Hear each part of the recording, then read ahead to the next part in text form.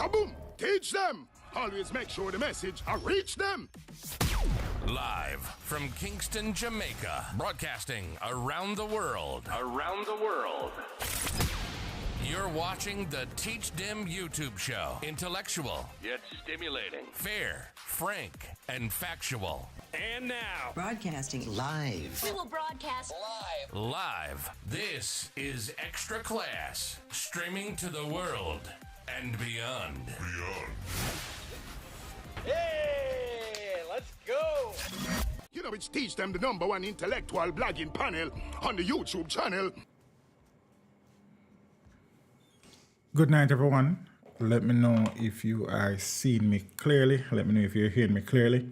If you're seeing and hearing me clearly, welcome to another episode of Extra Class, episode number 386, I think. For all the people who are on their way home, please get home safely.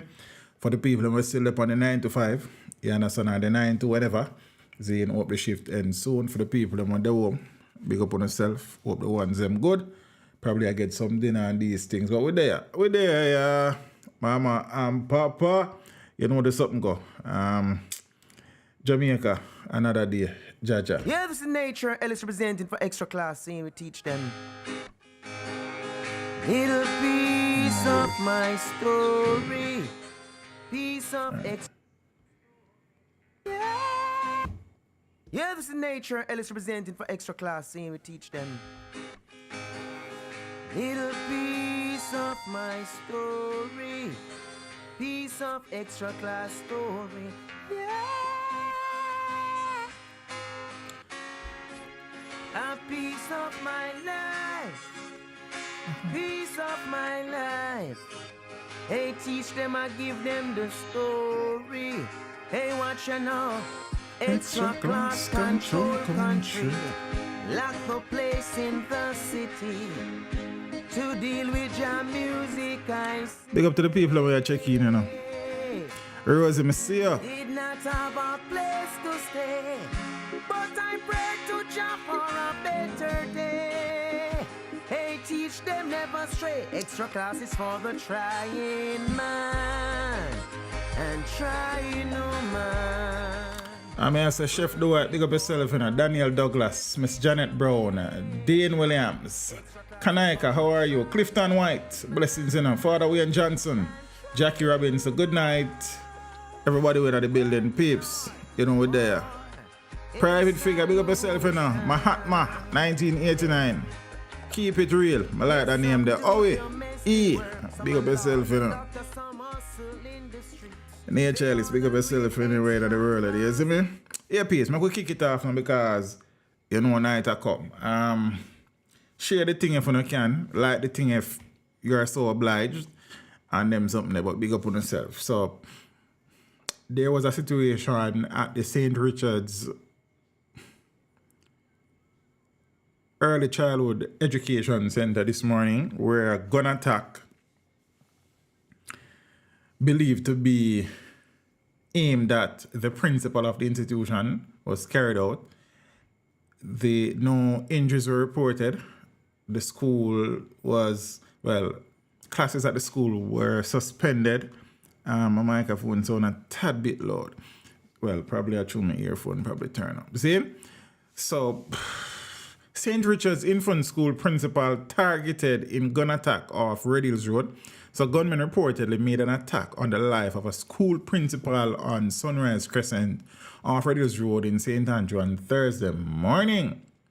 So principal of the St. Richard's Early Childhood Education Center was reportedly on her way to school when the attack happened. Now, head of the St. Andrew North Police Division, Superintendent Sharika Service, said the incident occurred around 6 a.m. So it is understood that two gunmen pulled up on a motorcycle beside the vehicle the principal was in and fired several shots. So we believe the principal was a target. I suppose the police would have information for them to suggest same. It did not say if the principal was the only occupant of the vehicle either. So I guess some questions are still to be answered. So we believe that the principal was a target, Superintendent Service told reporters. I guess them said that. I guess she or other occupants in the car were injured. So they actually said it. I guess I don't know. Service declined to give further detail, saying investigations were ongoing. Yeah, so as I said, classes were suspended for the day. I don't recall, I don't know. When these things happen sometime, you just Lilith Harrison, good night. Bachelor, what you deal with? Junior Stennett. Aretha Francis, me almost say Aretha Franklin and CJ. Big up yourself in a Mountain High Son. And Jade Grace. Good night to the people who just check in. You see me? Father you Wilson. So interesting. It I don't know. So no harm was done to anybody who was in the vehicle. Shots were fired at the vehicle, I suppose, in the vehicle. We watch and see what the investigations eventually reveal if made public, and we hope that whatever is at the center of this unfortunate development will be contained and it doesn't spill over on the school compound, because this attack could have been on the school compound too. So I don't know. So we watch and see. Happy that no life was lost, and it wasn't a situation where it was actually on the school compound with children there either. So we have to give thanks to small mercies, innit? Also, there's a developing story where a minibus plunged down a ravine, over a ravine, a 500-foot drop somewhere in St. James. Apparently, school children were on board. So far, I think I've seen where one person have been confirmed dead. As it relates to the condition of the passengers on board, that information has not yet been made public. I hope that there will be no more fatalities surrounding said incident. I saw one picture in relation to the incident online. Other information surrounding what happened and such has not yet been made publicly available. So we hope that those who were inside said vehicle will be okay. Yeah. So that's a developing story. I haven't seen anything else before I came on, so I don't know. So we're hoping for the best there. Also, one of the hot button topics, I won't say hot button, but one of the stories that have been making its way around social media and in conventional media since yesterday is the situation surrounding the vendors down by Hero Circle. Vendors who I have patronized on a few occasions. I've done quite a few interviews on the grounds of the Hero Circle, and as such, from time to time, I have gone there to purchase. And yeah, hopefully, well, I don't know. More time, you better cook your yard, yes, but that's the next story for you next time. I don't eat crab still. Normally when I go there, I go buy soup, zine, and I don't too eat corn there either, because I don't know sometimes when I boil the corn in crab water, like, you understand? I think the crab thing kind of nasty. I don't mean to offend nobody, but if you put one whole animal in a water for boil with other whole animal, where you clean up that, more than likely, whatever is in that animal that is not clean will be boiled out in that water that the other thing when you eat in I do the water crab boiling. I mean, I eat that sitting there. You understand what I say? All them seafood broil, when I see them throw everything in one sitting, I don't depend that. No. You understand? First thing, I'm not uglier than me neither. You understand? And things when I walk straight and this. So, all of the crab eaters, they want to big up on themselves, but say, I know my thing that, you understand? Say, I don't know about it. See, the missus eat, so I bought crab there for her, so I buy it because it's something she like. You understand? And we buy a crab there for Scotty already, I buy a crab there with Scotty. So them is crab eater. I mean, I depend on something there, you see me? So, yeah. But the video that has been making the rounds on social media is really and truly, The health ministry have locked down the stalls. Their health ministry officials shut down crab stalls at Hero Circle. So officials from the Ministry of Health have shut down stalls operated by crab vendors at Hero Circle in Kingston.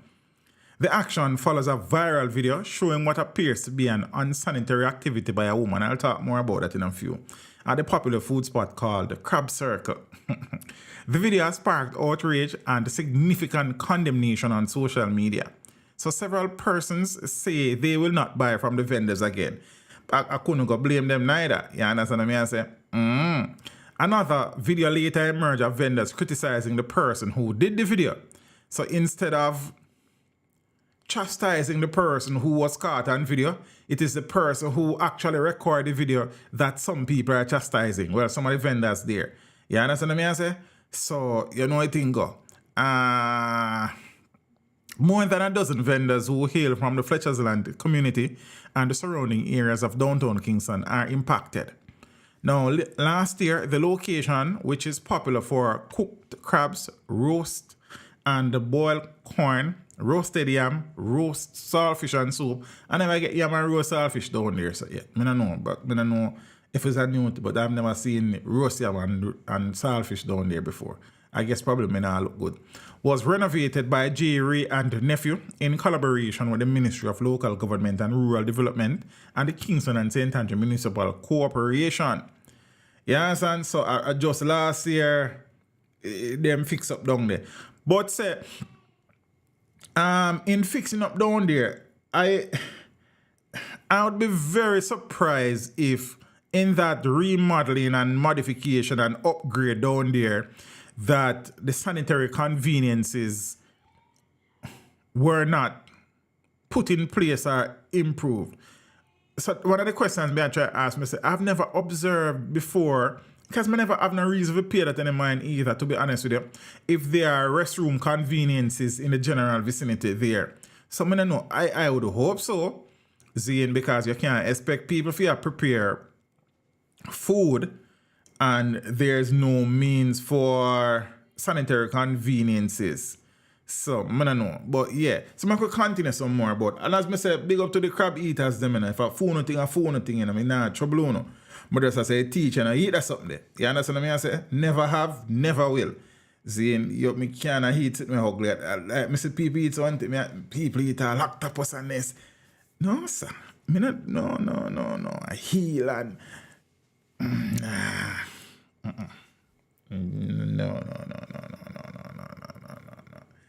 See, it's the same government of official opening vending stalls without bathroom. Tri-state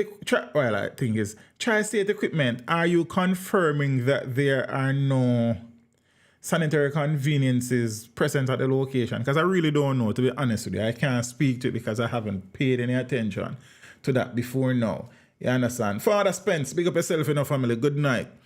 So, the crab vendor video, totally unhygienic, says public health specialist. I never really need him to tell me that still in, but watch us style here. It is totally unhygienic.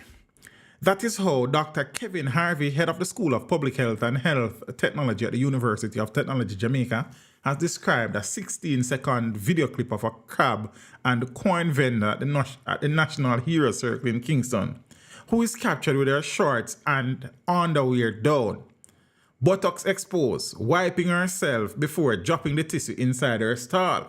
Yeah. Patty said, I don't eat no form of crab bread. As I not even know, so you have different type of crab. You understand what I say? But just know so you have big crab and small crab. I don't even know so you have different speed. I joke me I make it. But no, I don't eat crab. See it? Another person, presumably another vendor, is seen within arm's length of the woman preparing lunch boxes.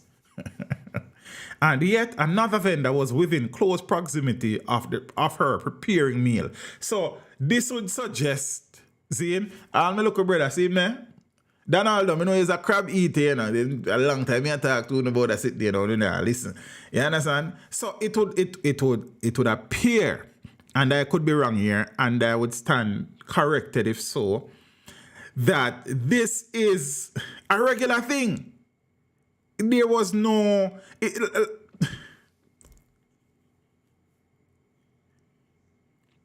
based on what was happening in the immediate surroundings of this shorts down, panty down, butt wiping lady, it would appear that this is common practice.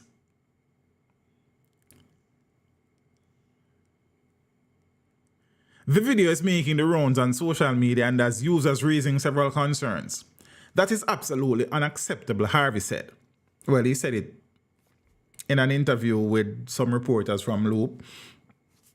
For anyone to be handling food and for it to be mixed with handling feces or any kind of body fluids or body product, whether it is from the mouth, from the anus, urine, it is absolutely unacceptable because we know that feces contain several bacteria that can lead to foodborne illnesses, and foodborne illnesses can lead to death, Harvey added. He said further, we have seen various outbreaks of foodborne illnesses related to sanitation. So something like this is absolutely unacceptable. It should never occur in the same space as food, and certainly it is totally unhygienic. While the video clip was too short for persons watching to know whether the vendor who it is being said experienced an emergency took steps to wash her hands afterward. Harvey stated that running water and bathroom facilities should be available to the vendors. So this is again suggesting that there's no I would be hard pressed to believe that there are no sanitary conveniences at the location though. I would really and truly be hard pressed to believe that because that couldn't make no sense.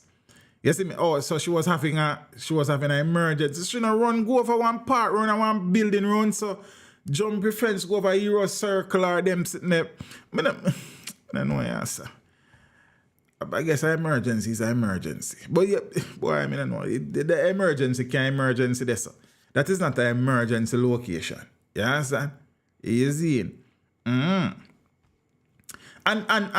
I am happy that the thing was videoed. So for the people, the vendors them down there talk about who video is it, wanna go to move up. You understand what I say? Wanna cry about who video is it. Make we continue. So they can't be doing that, cleaning themselves in the middle of where they are preparing and selling food. He said, as to what should be done to ensure the safety of the purchasing public, Harvey said, I think they should be monitored, and I think they are monitored by the Kingston and St. Andrew Public Health Department. Incidents will happen, and I believe they will have to go in, examine the situation, and probably prepare some kind of retraining as well as address the environmental issues. If the toilets are not properly kept up, so I'm still not sure if toilet must be there. So if they are not properly kept up, or if there is no running water, etc., all of those infrastructural things would be addressed, but KSA, Public Health Department, is usually pretty good at handling these matters. So I'm not sure. So I can, as I say, if that is the situation, I really need to figure that out. And it's a place that I've been a few times. It's just that I just got order what I want. I never see nobody there, so I wipe them bottom when I order what I want. I'm gone. You understand what I say? As a matter of fact, every time I go there, them things say assassin come there. So me have to make them know, so you are going, first thing first. Me not have them man the money. It is not him. Me is not him. Him is not me. Assassin is assassin. Me is me. So nobody serve me with assassin money in mind because I not got it. So that's the first thing. You understand? So by the time you go there and start up, me not look for no toilet because I know that me go for other things. You understand? So as to whether or not there are sanitary conveniences there, I am really not certain at this point in time. So yeah. Yeah man, every time I go to either Jeffrey or Mr. Campbell, no. Me not have them and the money no look like my money. So nobody that feel like say are them the type of money that me have. You see me? But big up to the person who video the thing. I quarrel enough time about people videoing things.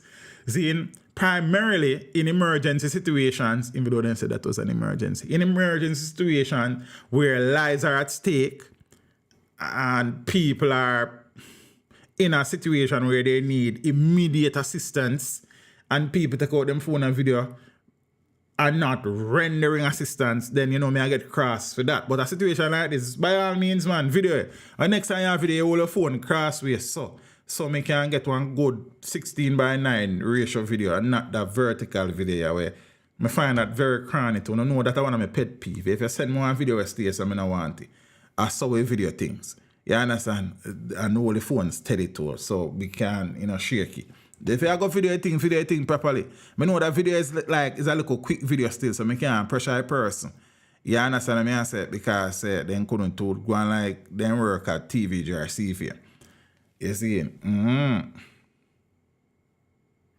It was Dana, it would appear that way. I mean, just looking at it, just the few seconds that are there, and based on how calm and everybody just go about them regular business, it would suggest that this is not a first time situation. Yes, and so very, very convenient location in terms of you want local soup for bus local gas. You see me, you run go down a Euro circle, go hold a boiled can or a roast can, and the people them eat the crab business. You understand me? I say, why I mean I know. But then shop Sophia holistic. She even if I emergency, me not think she then just want do it pan herself. So she must get, you understand me? I say so me not know still. So if it was an emergency, me think she then want, you understand, clear the way. Mama wipe herself and chop it sitting right in her place, and everybody just go about them business. One a roast can, a boiled can, and one a boiled can and share box food and soup and then sitting there. It's set away. So it has been closed down. What will be done now up until when it is reopened, I am assuming will be training and public education and sanitization, best practices, and also treating with the situation down there. If it is that sanitary conveniences are present and they are in a state of disrepair, those should be treated with. If against all common sense there is no sanitary conveniences present, then I hope that whosoever is in charge of the location will take the time out to install, implement, put in said. Zane? But say, me not really go buy nothing down there again still. Me sorry. You understand what I say? Me know say Scotty still go buy a crab down there. And mullets. You see me I say? And if James asks for a crab down there, she I made it near me, you go buy it for her because she's a crab lover. So you understand what I say? It's the least I could do. They may still buy it for her, but say, you understand? And thing. But no. But I these days me not to eat a road neither still, which is something me I try. You know what I mean? And it is kind of hard not to, support your Jamaican brothers and sisters who are, going about them lives legally. I try to earn $1 for themselves and them family. Because me now it's supporting, And even if I buy food I road, mostly I really support me. I support. You understand? Because me I try to limit that too. Because me I get old too, my body can't digest and process certain things no more, So you understand? Me not young like that no more. But yeah, it's a way. But I suppose business will take a hit. Eventually they probably will recover. Because me tell the Jamaicans, we're a very forgiving country and everything around here. So just act like 9-day love. And this got fade out after that. So, me don't know. Good night, Lady Cookie. How are you? I would like for the Minister of Health and Local to address this. Yeah, well, them lock it down, tri-state. So, let's see what is said and done going forward. Yeah, Roxanne Simpson. Hey, Lady Simpson, how are you? I don't eat from street vendors. None at all. Not even donuts. Toilet and running water almost never work. Oh, so Bachelor, you've been there and try use the restroom. So I don't know. As Mr. Still try to gather some information as it relates to that situation. You see me? Yeah, but them are going to struggle but again, people and them belly, they're really busy in the cars. I see no fast food outlet where them all sort of things go on there. You understand? And people know and them still go eat. You understand? So then I guess, I don't know. Right. So that is the situation with that. See me? Is it me or every time there is announcement that there is a reduction in major crimes, there's a sudden spike and increase in major crimes? I don't know, probably it's just me. But every time there is some press conference or release from the JCF saying major crimes are trending down, then for the next couple of days, you hear double murder this, or triple murder this, or quadruple murder this, or that murder this, or that shooting this, or that area, like, maybe it's just coincidence, or maybe it is just me, or maybe is there some form of machinery in place that when these things are announced or near announcing, ensure that there are countermeasures? I don't know, like, cause me have to think about it, because me I say every time there's announced, and again, you know how I feel about the data, because so the data is one, and as I say, as a social scientist of sorts, I appreciate data for what it is, Zine, but the data and the reality totally different. So the data as X, but the feel on the ground is totally different. So we have always look at the data with some level of caution and in instances skepticism. Zine, but the data is the data. But I'm just saying now, for whatever reason it would appear, it's something I'm going to start keep an actual official track on, where every time there is announcement that the crime figures are trending downwards, boom, the crime figures start trend upwards. Like, I find that very peculiar, but it could be me, man, I know. Major crimes are down by 13%, says the police force. Let me have I prefer to read from the actual graphics than the notes. So here is it. It's saying, as of January 1 to September 30, murders are down. Well, crime itself major crimes are down by 13% overall. Murders are down 12%. Shootings 9% down.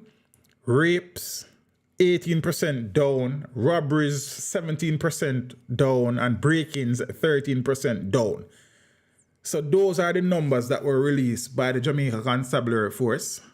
All major crimes are trending down, and only shootings is on the double figure in terms of its decrease, where it's at 9%. Everything else is 12 and above, as per the data.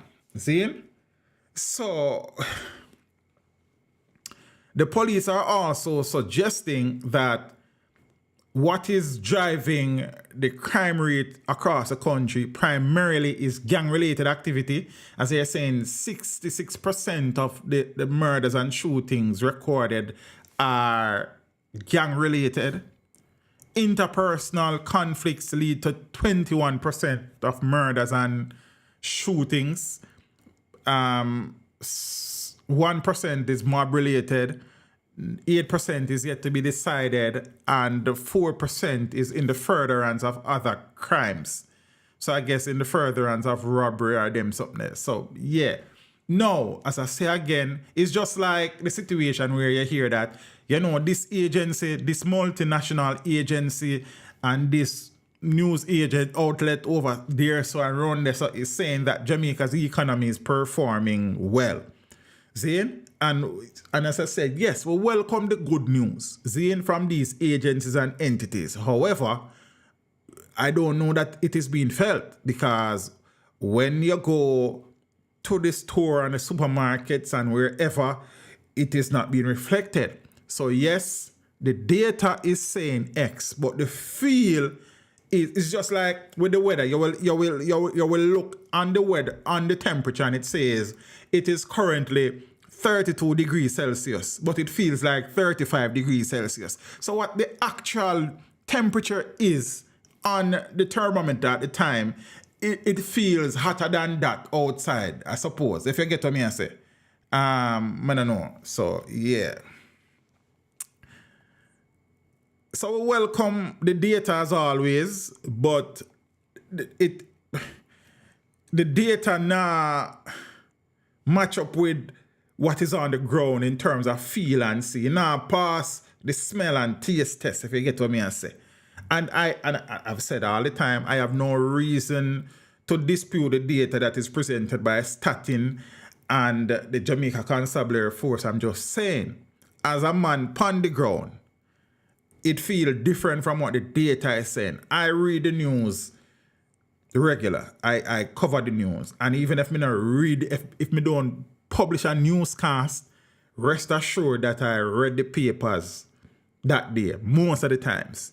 So I think I am fairly up to date with what is happening across the country as best as is published, because a lot of things happening in this country that don't make it in mainstream, or even on social media. So I think based on what is readily available, I think I am fairly up to date. And then based on my experience in scripting, reading and editing the news, and outside of that, just reading the papers, the data and the unofficial observation data don't align. But yeah.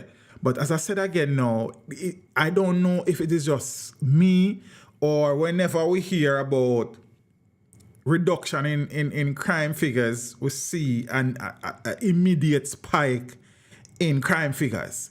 Saying, is it that these figures should be kept secret and not shared with the country? I don't think so.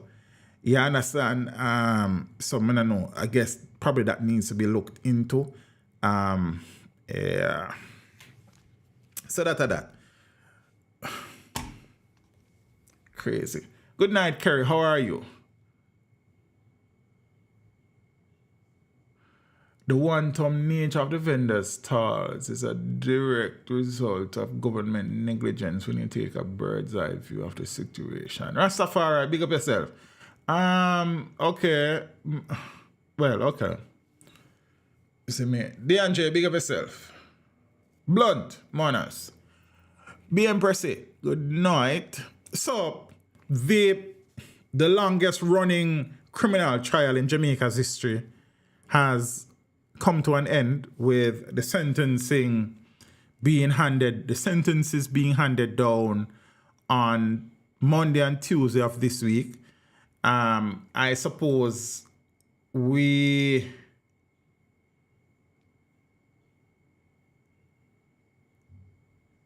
it comes to these high-profile cases, you know, the public's interest is always piqued, and you know, as it is in nature, everybody will have an opinion as to the sentences that are handed down.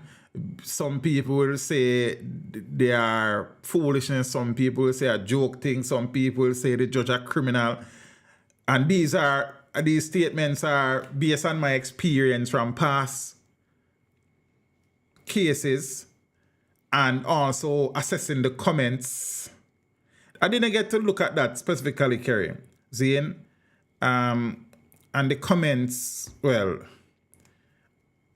that are made under the videos that are posted. Zane, I have long stated that we spend a lot of time blaming the wrong people for the wrong things. Zane, whilst the buck stops technically at the judge's foot when it comes to sentencing, many people don't appreciate the fact that as a matter of law, the judge can only sentence based on the sentencing guidelines given to them by the legislator, our favorite politicians, so to speak.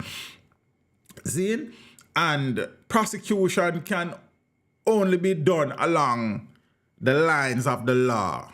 See? So we spend a lot of time being very emotional about these things. So much so that even when these situations are being explained, we are so hell-bent in fanning our emotions that we don't take a lot of time to really listen the facts that exist.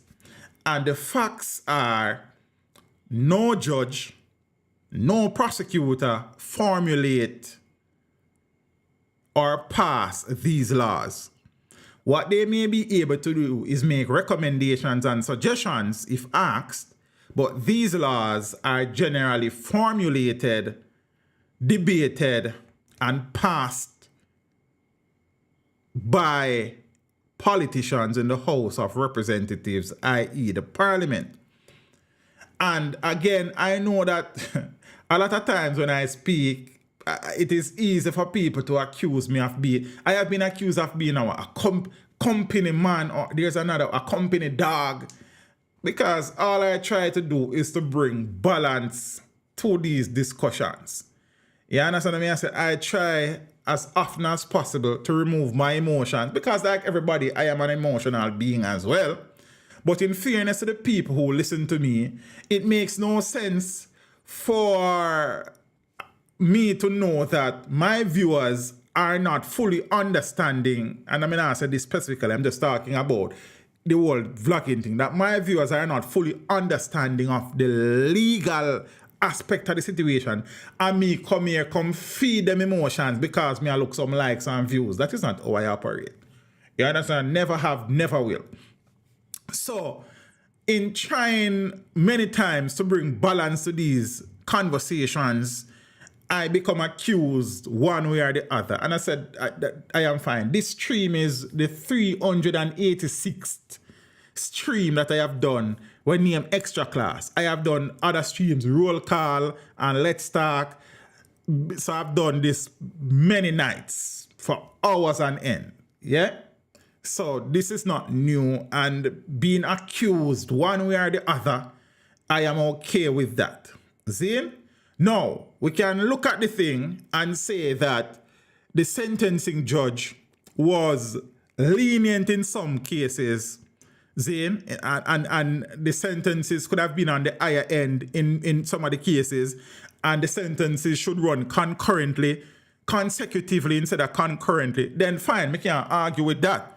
Zane, however, because the judge is able to do that. So he has the flexibility in terms of starting points, and when he assesses the aggravating and mitigating factors, he then will decide what is the sentence. So he has that because that exists. However, ultimately, this judge and every other judge, when they are handing down sentences, there are laws and guidelines that must be followed.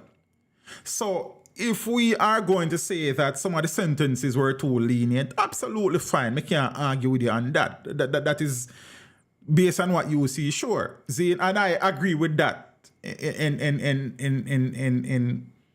principle. So don't get me wrong. What I'm trying to say to you now is that, so I see the comments, the judge are criminal and the judge are benefit from the proceeds of nonsense.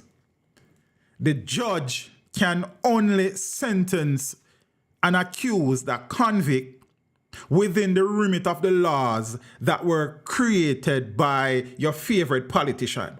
So we are here chastising judges, Zane, when the true essence of the issue is primarily not with the judges, but with the laws that the judges are given to work with. That is the fundamental problem. And because we are so emotive, Zane, because we are so emotional, and because we have preconceived notions already, nothing else no matter to we, you know. You understand what I say? And again, for the purpose of clarity,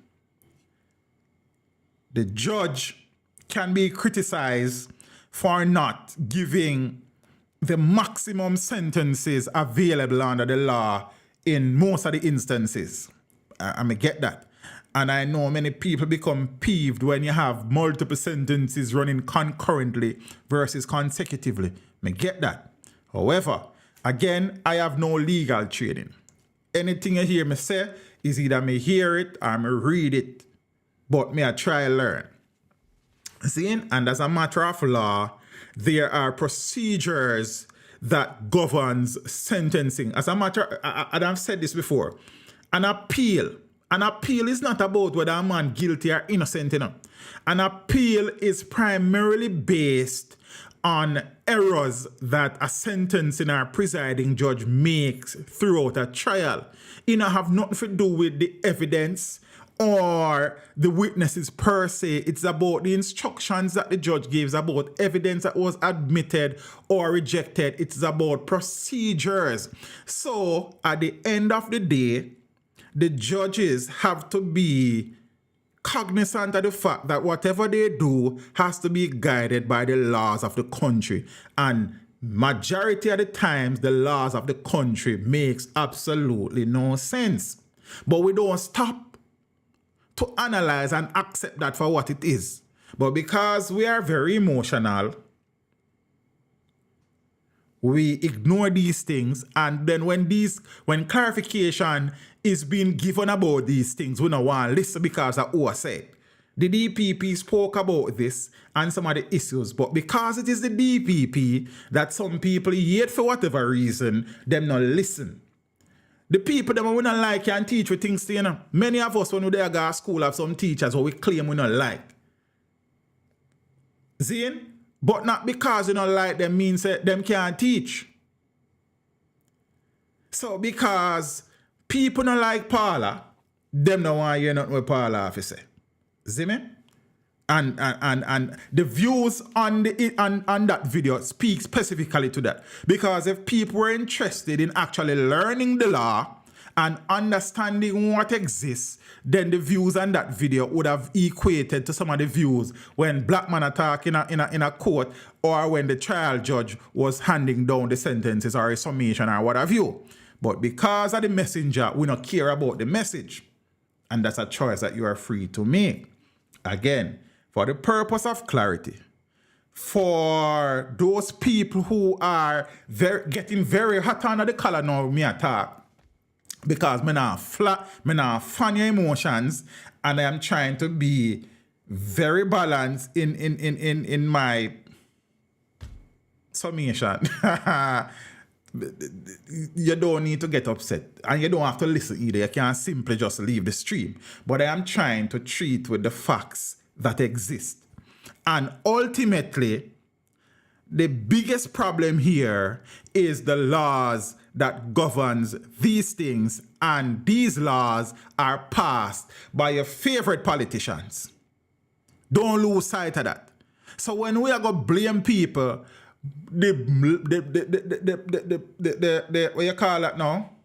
The lion's share of the blame has to be placed squarely at the feet of our political representatives.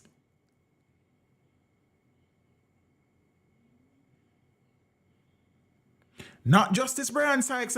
And as I said again, you can't beat Justice Sykes for the fact that he appeared a bit lenient in some regards, and him could the starting point could have been higher in some regards. And when you weigh up the mitigating versus aggravating factors, the MD shouldn't get more time and so on, and the sentences shouldn't run consecutively. Me get that. But ultimately, people are saying, yo, the man them shouldn't get life in prison. But the maximum sentences under the anti-gang legislation does not speak to life. So the judge cannot give a man a life sentence when the maximum sentence for a leadership of a gang is 30 years. The judge cannot give a man a life sentence for membership of a gang when the maximum sentence for membership of a gang is 20 years. And me know say, generally speaking, if you're found guilty of murder, the maximum penalty can be life or death. See? But under the justice, whatever, we call it the anti-gang laws, under that law, it doesn't speak specifically to each murder. So if a man commit 40 murder and is being tried in a gang environment under the anti-gang legislation, those individual murders are not looked on, and the penalty that would accompany those if it was a murder trial and that makes no sense.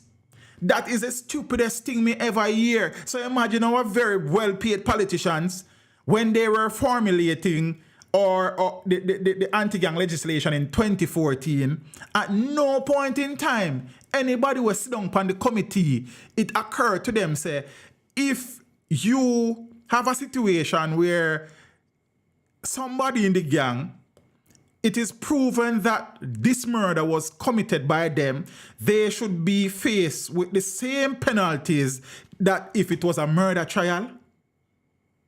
Like, this is not Justice Brian Sykes' issue. This is not a Paula Llewellyn issue. This is a policymaker issue. Who are our policymakers, or our legislators, or our politicians? This is the dumbest thing me ever come across. So in essence, if there was an accused in this, a convict in this trial, that the prosecutors were able to say was the trigger man behind 10 murders, if that person is not the leader of the gang, he can't get more than 20 years in all if it is proven saying commit 100 murders, because the law makes no sense. So again, we all cuss Justice Brian Sykes, and we all cuss that person when the people that we need for your cuss is our political representatives. They make the laws.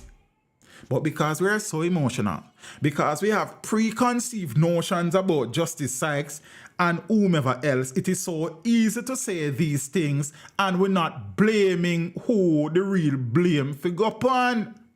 Our politicians. Justice Sykes is not a political representative in the House of Parliament. He doesn't sit on these committees that make these laws.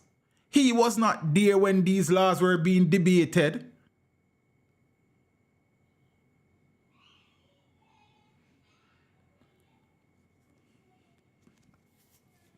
Yes, Moonlight, me get that though, but then the prosecutors may tell us that then, based on the complexities of these things, sometimes it is better to group the thing together under one legislation versus another. But me get what you say. Zane?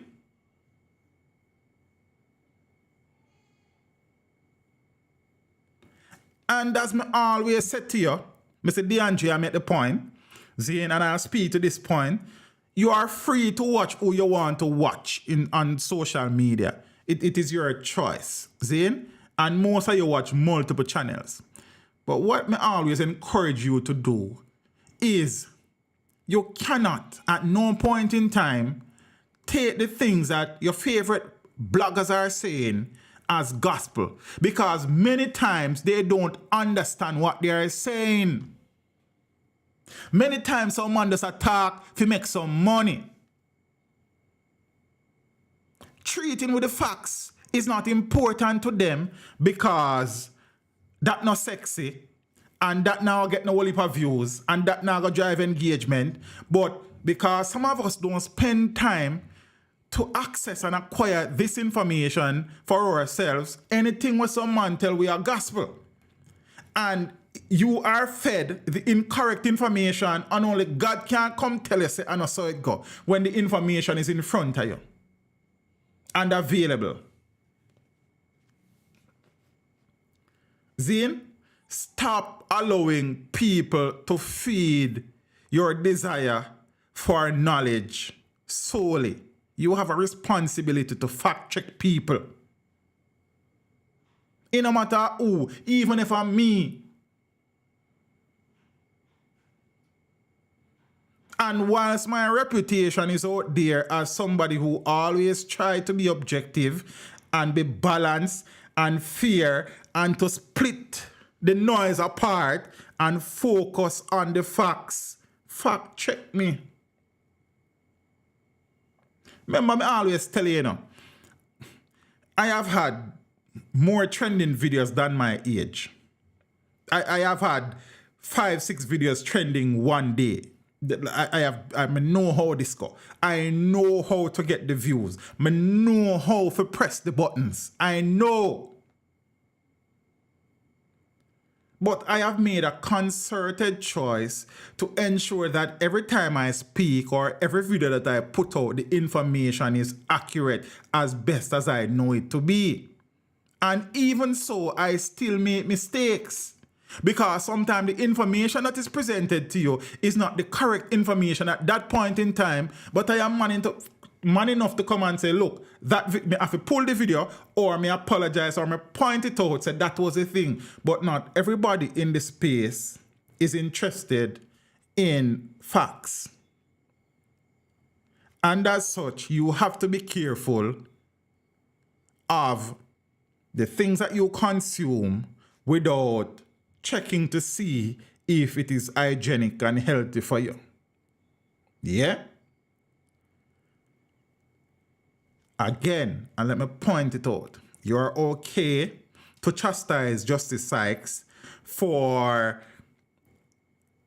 some of the sentences that was handed down, because some of them were on the lowest end of the scale. Some of them were midway, some of them were yeah.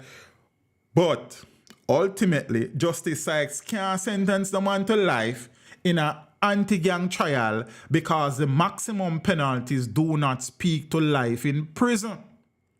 Justice Sykes cannot sentence a man to life for a murder in a gang trial because the laws that exist do not give him the facilities and the authority to do that.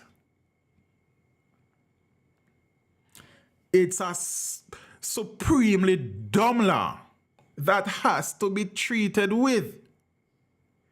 So, my ultimate aim tonight is to, when I am finished, people will have, when don't have it yet, have a better understanding of the situation that exists and stop being driven and led by your emotion, or where some man where you look at dollar, tell you say,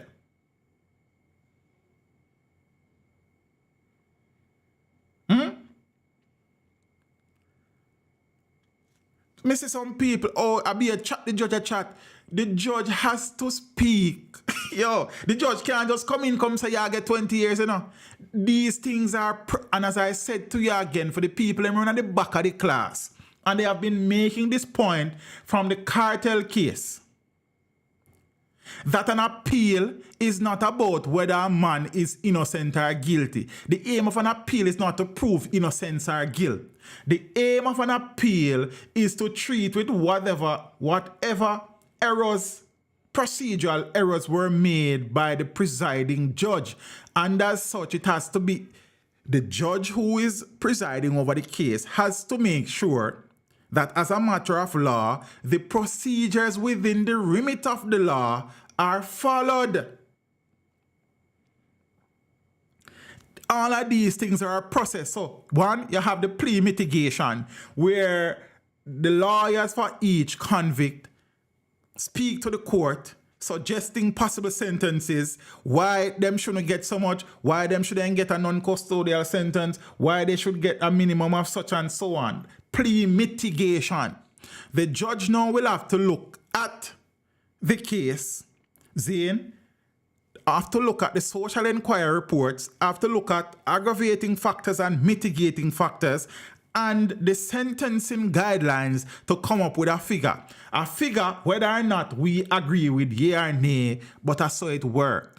And as I said before, it is, I applaud the DPP and the justice services who collaboratively made it possible for this part of the trial to be available for the public. Zane? Because many of us, including myself, are quote-unquote illiterate to the justice system and the dispensation of justice. And here's an opportunity for us now to get a feel of how the thing works. We don't have to agree with it, you know, but at least we are learning the processes. The court of law and the court of public opinion, as I've said before, two different places. Should a lot of the sentences have been higher? Sure. Zane, however, there can't be no life in sentence and no life in prison and no 100 years, because under the law that exists, the judge don't have that possibility to give. Him no have it. So make we work now. So make we get that out of the way. I'll speak some more as I go on. And again, for the record, but not give no legal advice. I don't have any training. Zane, I was trained as a secondary school educator, primarily of geography, social studies, and environmental studies. That is where my expertise lie. However, I am always in search and seeking to broaden my ability to treat with certain issues. So I'm always reading and listening and looking. Yeah? I suppose now one of the main witnesses in the trial is feeling like many Jamaicans are feeling. You understand? And he's within his right to feel this way based on what happened. You understand? And you can look at the situation and sympathize with him. Zane, fair enough. All for nothing. Ex-gangster believes Brian and Crony's sentences were too light and not worth the risk of testifying. That is how one of the star witness feels. So a former Wandon gang member who had given key evidence in the trial has expressed deep disappointment at the sentences that were meted out to the gang leader Andre Blackman Brian and some of his cronies. The witness, who was a former community don and had functioned in the gang as a driver, said he now feels as if he had risked his life and his family for nothing by testifying against the gang. Blackman, the ruthless gang leader who the court heard had meticulous planning and organizational skills in the orchestrated vicious attacks, which include murder, arson and shooting, was on Monday slapped with a sentence of 39 and a half years. The overall sentence was for leadership of a criminal organization and the 7 counts of facilitating the commission of serious offenses by a criminal organization, which included at least 5 murders ordered by Blackman. However, based on the laws that exist, he cannot be sentenced individually for each murder because of the stupid law where the politicians them create. You understand what I say? So, that is the situation. So, I could call it what it is. You see me? All right. But the witness, whose life has been in turmoil since he volunteered to provide information against the gang, said the type of person that I know him to be, he should be looking at 50 or more years. He was making reference to Blackman. I honestly think it should have been more, knowing the damage he caused to many people's lives, he added. The maximum sentence, so again, the maximum sentence for leadership under the anti-gang legislation is 30 years. So, whilst Blackman even admitted in court that he was the leader of the gang, he could not be sentenced more than 30 years for being leader of the gang because that is what the law says. I hope the people that need to hear this here because just sitting down looking at the comments, I say, boy.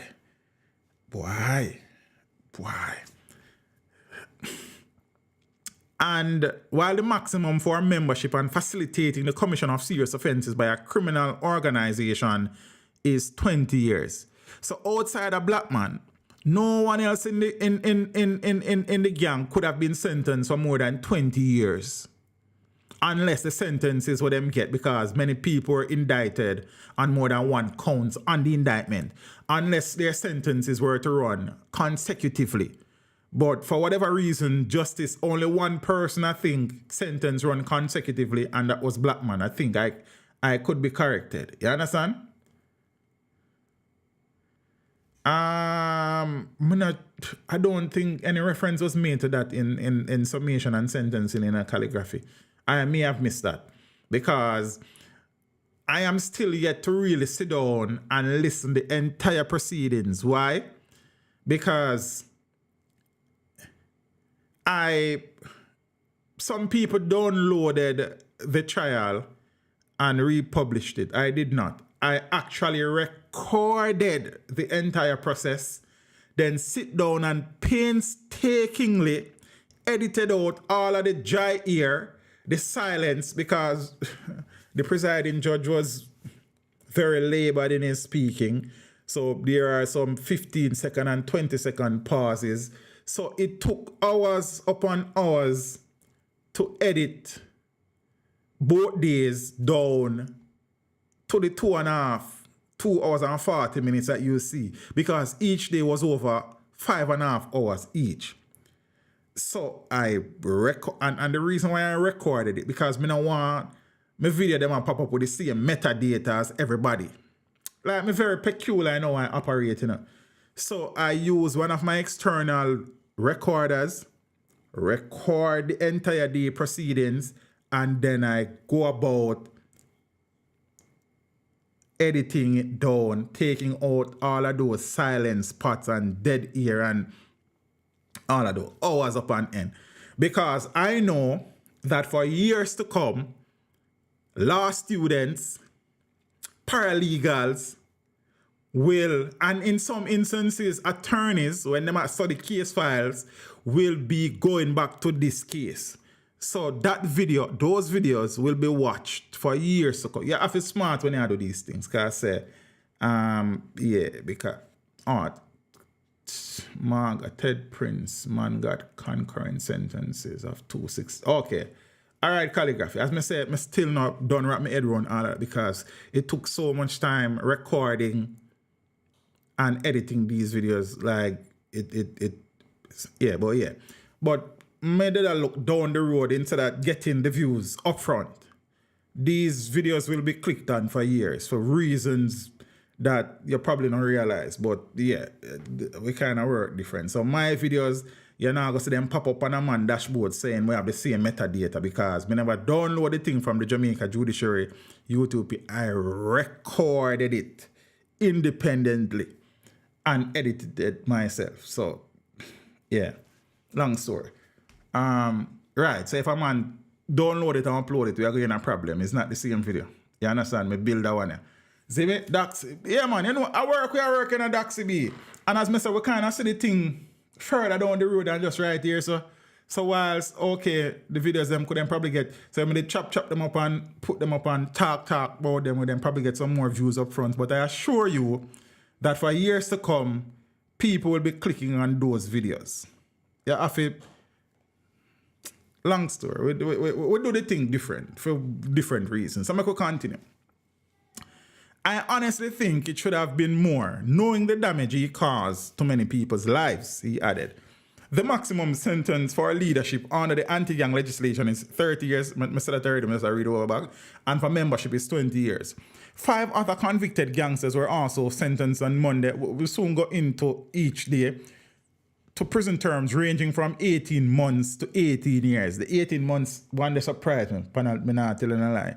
Zane, to a maximum of 18 years and 6 months. But the witness was equally displeased.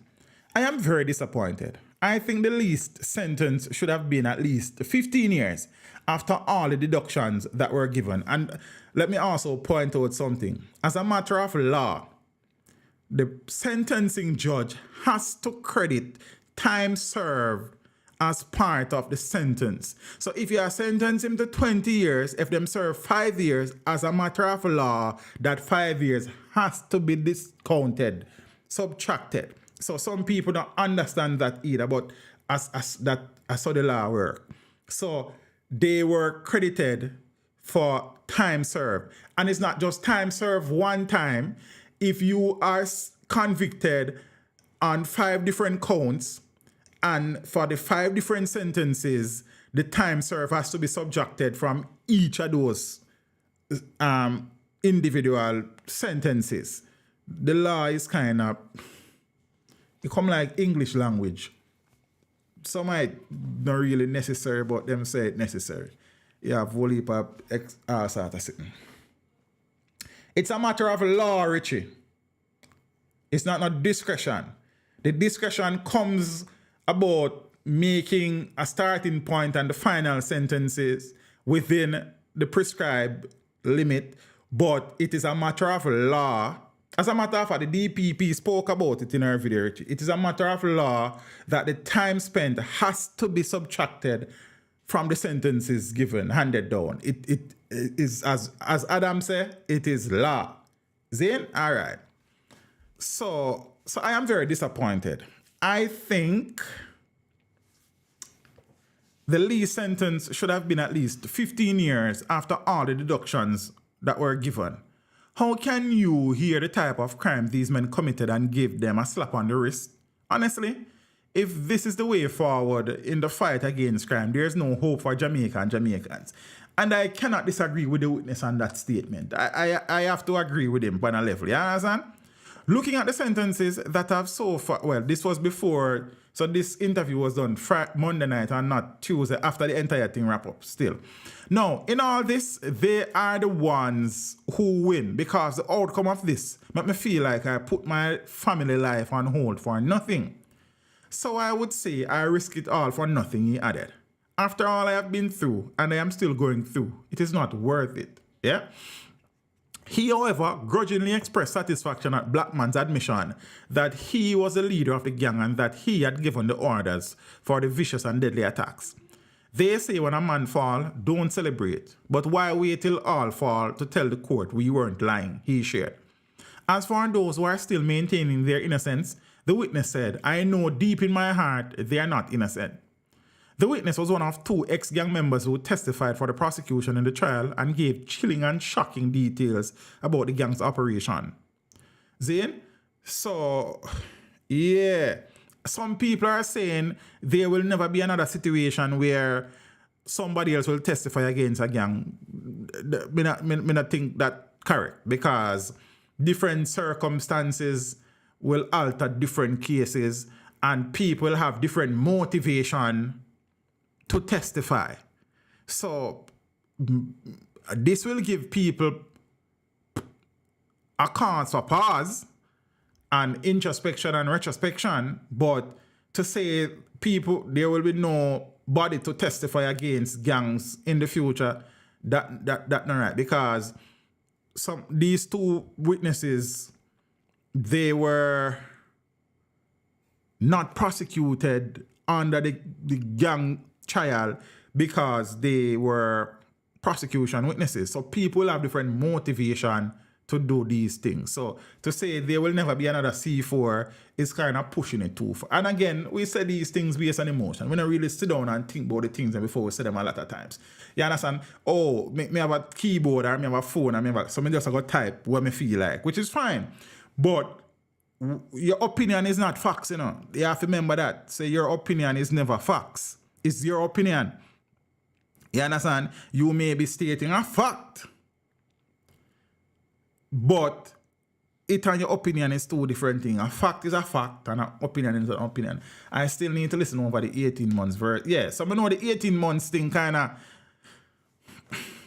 a stick in your side, Kerry. As I said, I have yet to really sat down and listen through the whole process. I intend to, as a matter of fact, I plan to read the written judgment as well. Because I am like that, you know. I tell us, I always try, you know, there's a dry piece, seek fire. Me always miss dry peas. You understand? But me just not get around it yet because we have things I do. So the witness is saying that he feels like it was a waste of time and it was for nothing because of the nature of the sentences that were handed down. You understand? He's within his right to feel that way, and he would have given up a lot and risked a lot to treat with the trial. So, you know, you have to give his view some credence as well. And as some people say, you know, this will be a situation that will dissuade other people from testing. Of course, it will dissuade some people, but not everybody, because everybody have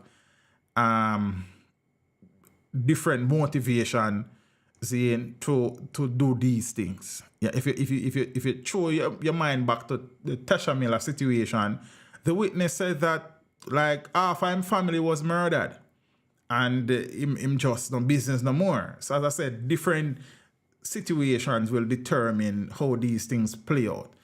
And a man motivation, you can determine it. You understand? If a man get a reduced sentence or a deal from the prosecution, most people will take it because it's just the thing set up.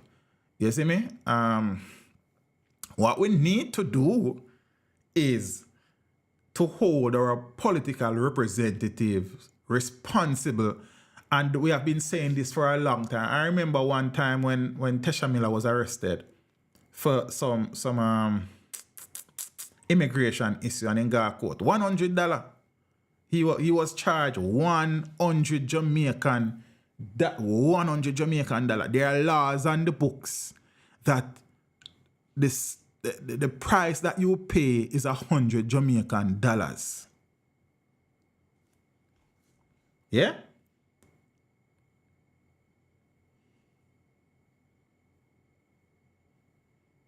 Mr. Somebody would say they agree with Mervyn Plummer, but me can't find Mervyn Plummer comment say me can agree.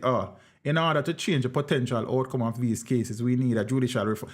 Father Plummer, me agree with Father Plummer too. As Smaddy said, you understand? Marvin, I have many nights. As I said, this is my 386th night sitting down in a forum like this, right? Not just right here, but on the platform.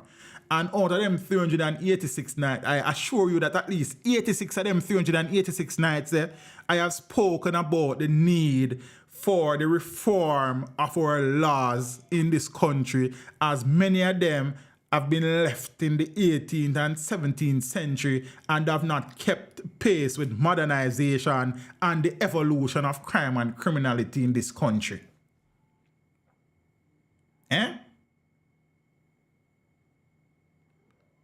And many times, a lot of the things that go on in a garden house are not important because a customer and a quarrel, this and that, when the laws of the land are not in keeping with the times and families continue to bleed and suffer at the hands of criminals because our politicians continue to fail us. But when you say these things, then you are accused because the Jamaica Labour Party in a power now. So, are the government in a cuss? I don't cuss the government. I am cussing all politicians because it's not just the government alone that helped to craft these laws. Opposition lawmakers are a part of it too. So it's not just one side formulate these laws. And whichever way you take it, these laws have been on the books from Wapikil Phillip, and each political party would have different times serving as government and nothing. Like me, I laugh after Julian Robinson and Michael Phillips reset. Let me see them do some interview. I cuss about the procurement process. The procurement process, you know. The same process that was being used when the opposition was in power is the same process that has been used now when the Jamaica Labour Party is in power. So you are going to tell me, you know, Michael Phillips and Julian Robinson and whosoever else over there saw met nice.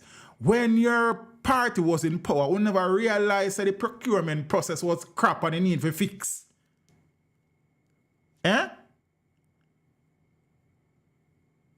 Like when we listen to the opposition sometimes saying some things, I mean I try to figure out. So them money and them woman.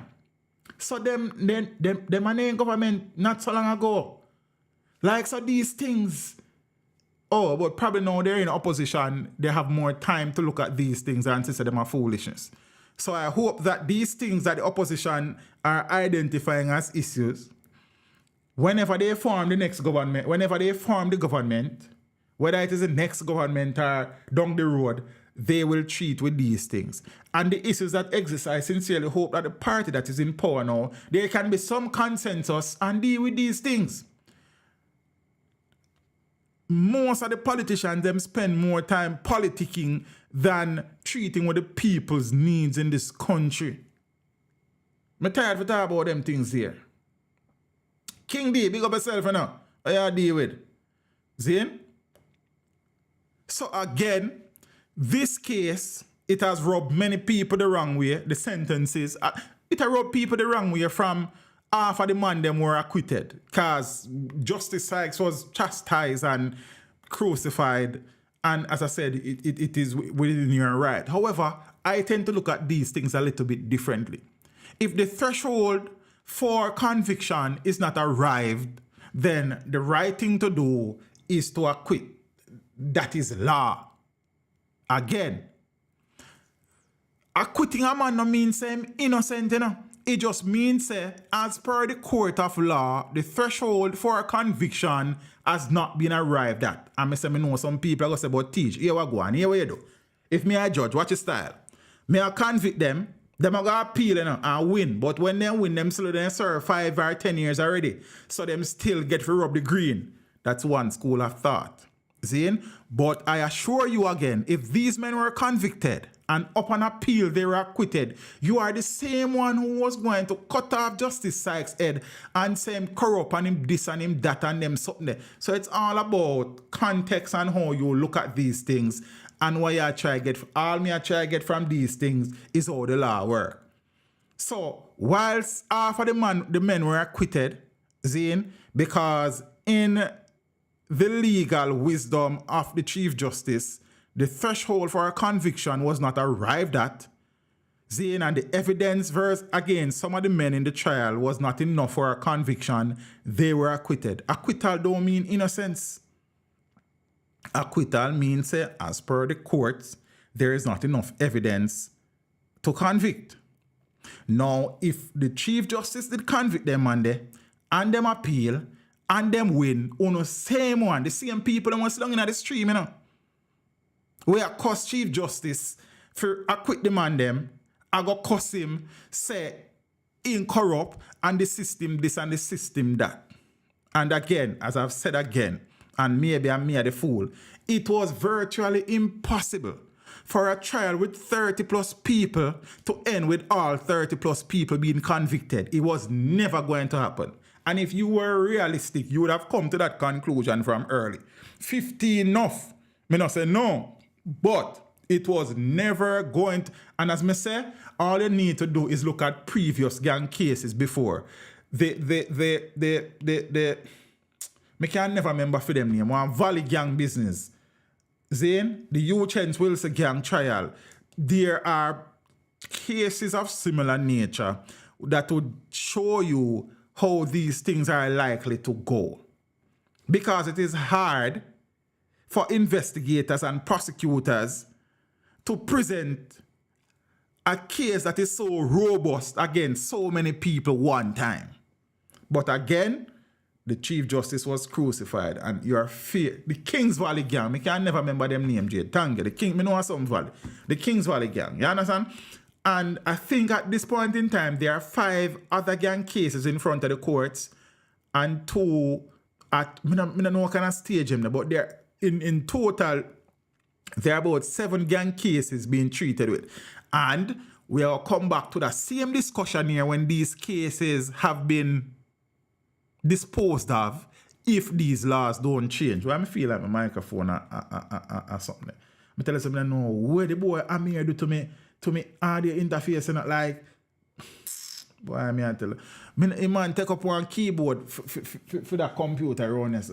I don't know, like he play, so he have musical keyboard where him seem fairly good at that. So everything for him is, so I don't know. When I look on my screen, I see about 5 million 5 around cross. I don't know where the boy. I tell you, say, you see that parenting sitting here, you see? Yo, yeah, we don't do it. I don't do it. All right, so make we continue now. But you know a thing makes the man now grown and play room. Go make nice panny musical keyboard and is my keyboard them the brother want to mash up. Like and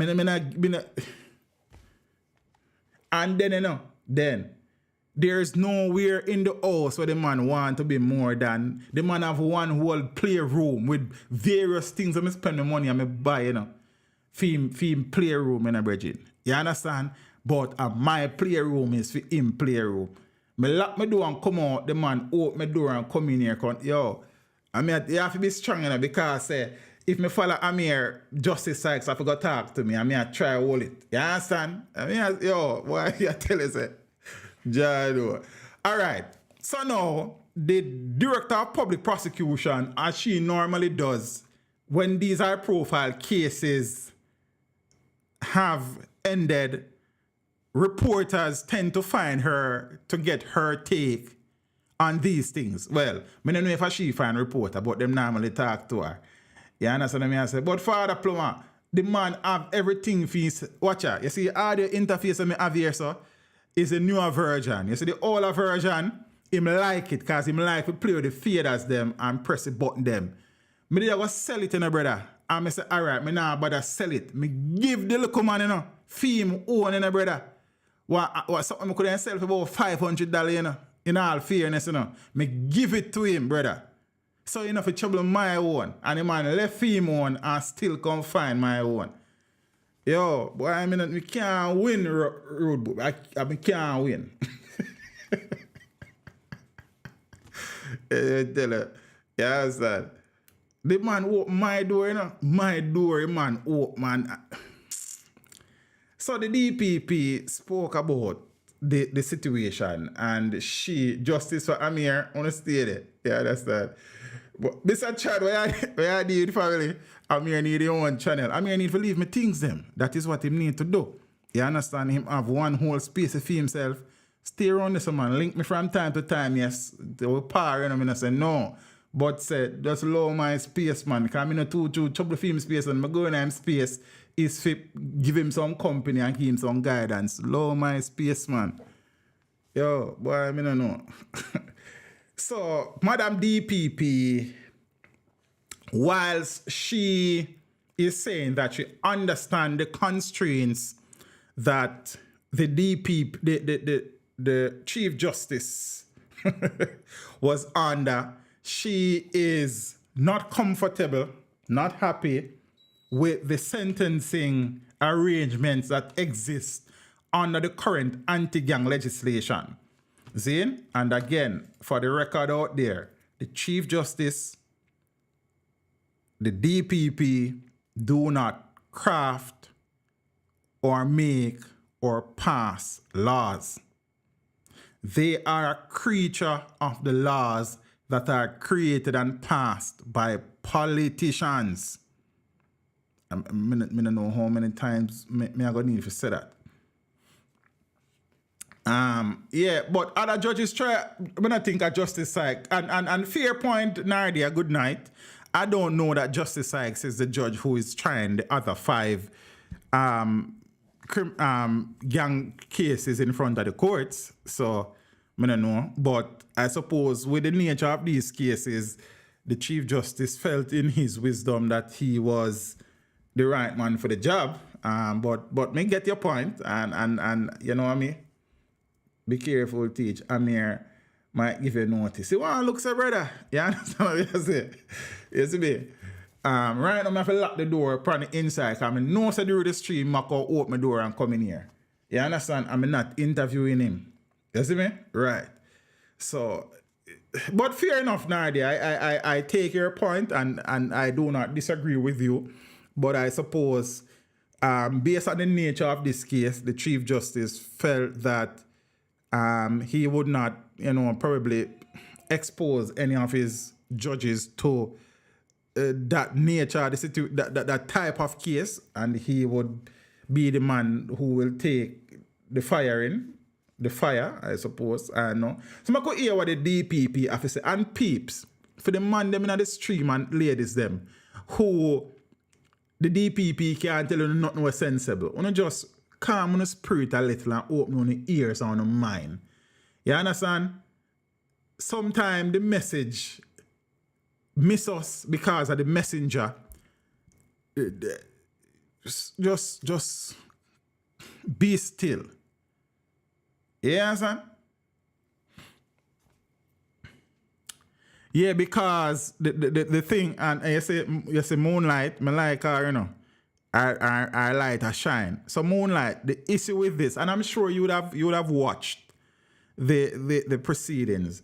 The issue is that the new firearms legislation was passed during this trial, so it couldn't have applied. So it is a repealed Firearms Act that had to be used in this case because of the legal ramifications with that. So, me get what you say. Fair enough. So, with the curtains coming down on the Clansman gang trial, the longest running matter of its kind in the English-speaking Caribbean to date, Jamaica's chief prosecutor, Paula Llewellyn, King's Counsel, is expressing relief, says several prime recommendations will be made for amendments to the sentences under the Criminal Justice Suppression of Criminal Organizations Act. So that is the official name of the law, the Criminal Justice Suppression of Criminal Organization Act, commonly called the anti-gang law, for that easier, to increase the penalties significantly. Now, convicted gang leader Andre Blackman Bryan was on Monday sentenced to 39.5 years behind bars for his leadership of the criminal organization and for being the driving force behind several crimes which include murders and arson. His cronies Dylan McLean, Tomrick Taylor, Michael Whiteley, Brian Morris, and Lamar Simpson were sentenced to 7 years and 3 months, 9.5 years, 16 years, 18 years and 6 months, and 1 year and 6 months, respectively, the same day. So that are the 18 months where my good friend Kerry said I want to thump her in her back. On Tuesday, in the closing moment of the trial, Stephanie Cole Christie, O.C. Muma, the sole female defendant, was sentenced to 9 years and 9 months, while 24-year-old convicted, sharpshooter, as the article says, Tariq James, was sentenced to 17 years and 6 months. Fabian Johnson, 3 years and 9 months. The belligerent Ted Prince, 16 years. Jazeel Blake, 11 years and 9 months. Roheel Taylor, who is the cousin of Brian Blackman, 1 year and 9 months. Joseph McDermott, 3 years and 10 months. Ex-soldier Jermaine Robinson, 9 years and 9 months. I was a little bit surprised that the soldier's sentence was so light. I'm soon tell you why. And driver for the gang, Andre Golding, 5 years and 11 months. Read the soldier now, saying that he was an active member of the Jamaica Defense Force, and he wasn't only accused and convicted of being a foot soldier in the gang, but the leader's bodyguard. If it was some judge, he wouldn't get the maximum sentence he couldn't get after the reduction from time served. See me? So, yeah. However, while feeling some sense of achievement that the convictions have put a dent in the gang's activities, Llewellyn was not pleased with the sentences. The act was promulgated in 2014, which means the anti-gang legislation was passed into law in 2014. We are now in 2023. 11 years on? So that's a decade and counting. There was an amendment in 2021, but only in respect of some offenses. So the 2021 amendment was just adding some offenses to the act or to the law. What we have is a situation where if convicted, the court can sentence for a term of not exceeding 30 years. That's for the leader.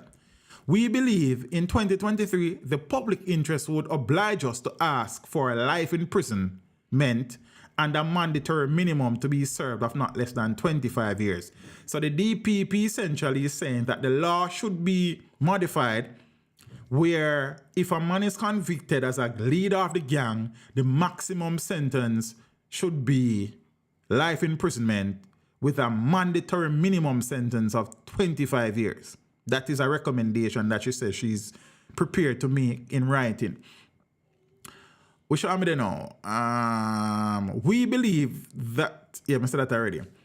And the gangsters, 33 of whom originally faced the court, were all tried under the Criminal Justice Suppression of Criminal Organization Act of 2014.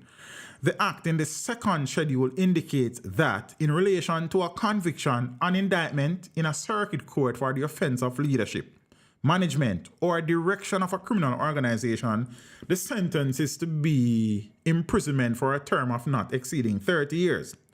For a conviction in relation to membership of a criminal organization, the schedule provides that for the first offense, imprisonment should be for a term not exceeding 20 years. There is no mandatory minimum sentence in relation to either of the offenses. That's why man get 19 months and 18 months because there's no mandatory minimum for say you have to sentence him at least 10 years upwards. So, The Crown, in opening its case on September 20, 2021, had said the individuals comprised the Black Man faction of the gang and had various roles in which they acted as killers, drivers, lookout men or watchmen, gunsmiths, and foot soldiers. Llewellyn said her office, in concert with the country's crime chief, Deputy Commissioner of Police Fitzbailey, will also be recommending that the penalty for membership be revisited. Remember, as it stands now, if you're convicted for being a member, you can be sentenced up to 20 years, no more. In terms of membership being a part of a criminal organization, we believe that we need to have a lifting of the maximum, which is not exceeding 20 years. We believe that needs to be changed and perhaps should go up to not exceeding 40 years. So the DPP is suggesting that it should be doubled for membership. She said, noting that this would give judges leeway to apply varying prison terms depending on the various roles and level of involvement of the gangster. The Section 10 offenses, which address recruitment, inciting, aiding, and abetting, tampering, for all of these offenses, the maximum should go up to life imprisonment. Persons who perpetuate these offenses are literally driving blood into the skeletal structure of the criminal outfits, Llewellyn stated. Here again, we would not put a mandatory minimum, she said, in order to give judges the flexibility to go up the scale depending on the actual roles played and assessing the roles in the totality of the evidence. In praising trial judge Chief Justice Brian Sykes for his deft handling of the sentencing exercise, Llewellyn said the Chief Justice went pretty high in his starting point. But at the end of the day, as a matter of law, listen, Richie, this is for you, my friend at the side of the class. The Chief Justice went pretty high in the starting point, but at the end of the day, as a matter of law, the sentencing judge must give full credit for time already spent in custody. You're welcome, Sir Richie. In the meantime, she said recommendations will be made that the sentence for the offense of facilitating the commission of serious crimes be pegged to the sentence for the particular offense in law, once the Crown has been able to prove the commission of the offense. So listen to this now. Remember, in the case that just ended, murder was involved and proven. Zin? However, no one that was convicted for murder. Yeah, Rich, me not say nothing, Richard, so me don't know why I get upset. And me disappointed out here. So trust me, in a law school, you probably don't want to hear from me, but the DPP has said, so probably it have more weight. That is all me did I say, brother. You don't have to trouble me about my big head. You understand? You better tell me some teeth and yellow, brother. And my earline and receipt, you can't tell me about my head. I live with that for 30 odd years now. So I know my head big, brother. You can't use that and win. You lose. It doesn't make no sense. You understand? So, as I said before, even if one man was proven saying commit 30 murders during the trial, he would not be convicted for one murder because the anti-gang legislation does not speak to that. See? If those cases were tried individually and found guilty, then different. So what the DPP is saying is that the law has to change to give the judge the ability in sentencing, so you peg the crime to how the court would sentence if you did just a crime for that crime. They are not under the anti-gang legislation. So me open up for that. You understand what I'm saying? That's an interesting thing, Miss Perfectly Imperfect. I guess we have to watch and see. You understand? So, again, the DPP is saying that it has to be where, whilst this is a gang trial, if the Crown can prove during the trial that ex-convict was responsible for X amount of murders, the judge will be able to sentence same person for those murders, separate and apart from the gang situation. No, Richie. Yeah, you know, me just say so. You just win and I come back and lose. But I don't know. You understand? So let me read it again for Richie. At the side of the class, even really there at the back end, but you know they are front neither. Zane, in the meantime, Richie, she said recommendations will be made that the sentence for the offenses of facilitating the commission of serious crimes, such as murder, you know, says on an article, but me just help you, be pegged to the sentences, aligned, you understand? To the sentences for the particular offense in law. So in law, you can be given a life sentence if found guilty for murder. So the DPP is saying that if a man was proven, say, him commit a murder in a gang trial, he should also be sentenced for that murder individually. That me I tell you, so Richie, the law dumb, bro. You understand? All right. I think it is absolutely critical. So, for example, the murder in this case, one individual was convicted of 5 counts of facilitating murder. But you saw what the Chief Justice had to give him. And he had, in a very Solomonic way, used the ability to hand down concurrent and consecutive sentences to arrive at 39 and a half years, she pointed out. Llewellyn noted that although the Crown was able to prove that the murders were committed under the anti-gang legislation, the sentencing judge could only go up to the particular ceiling in sentencing. So the maximum year for any sentence in the gang trial was 30 years for a leader. So the trial judge cannot sentence a man for murder under the anti-gang legislation, which makes absolutely no sense whatsoever. And the man them did sit down in another committee who formed this law.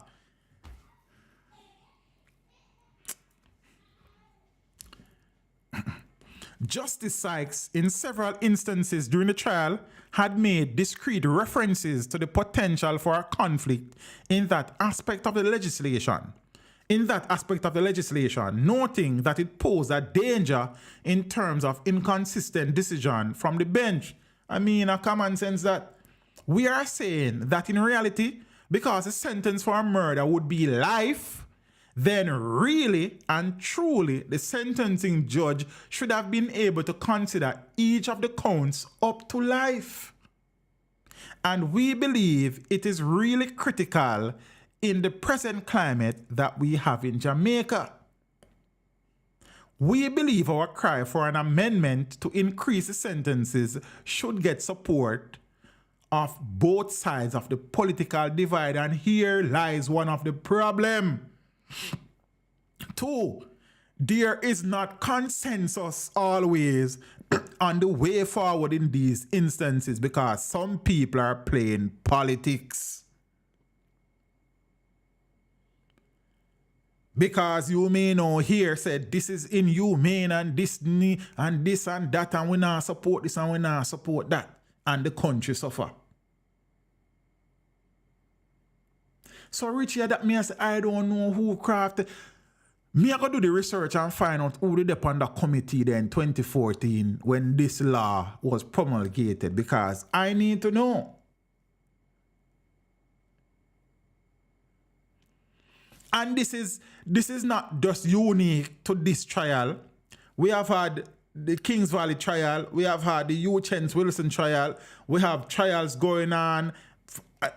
And this is the law under which these men are being tried. As somebody asked earlier, why them never just try them?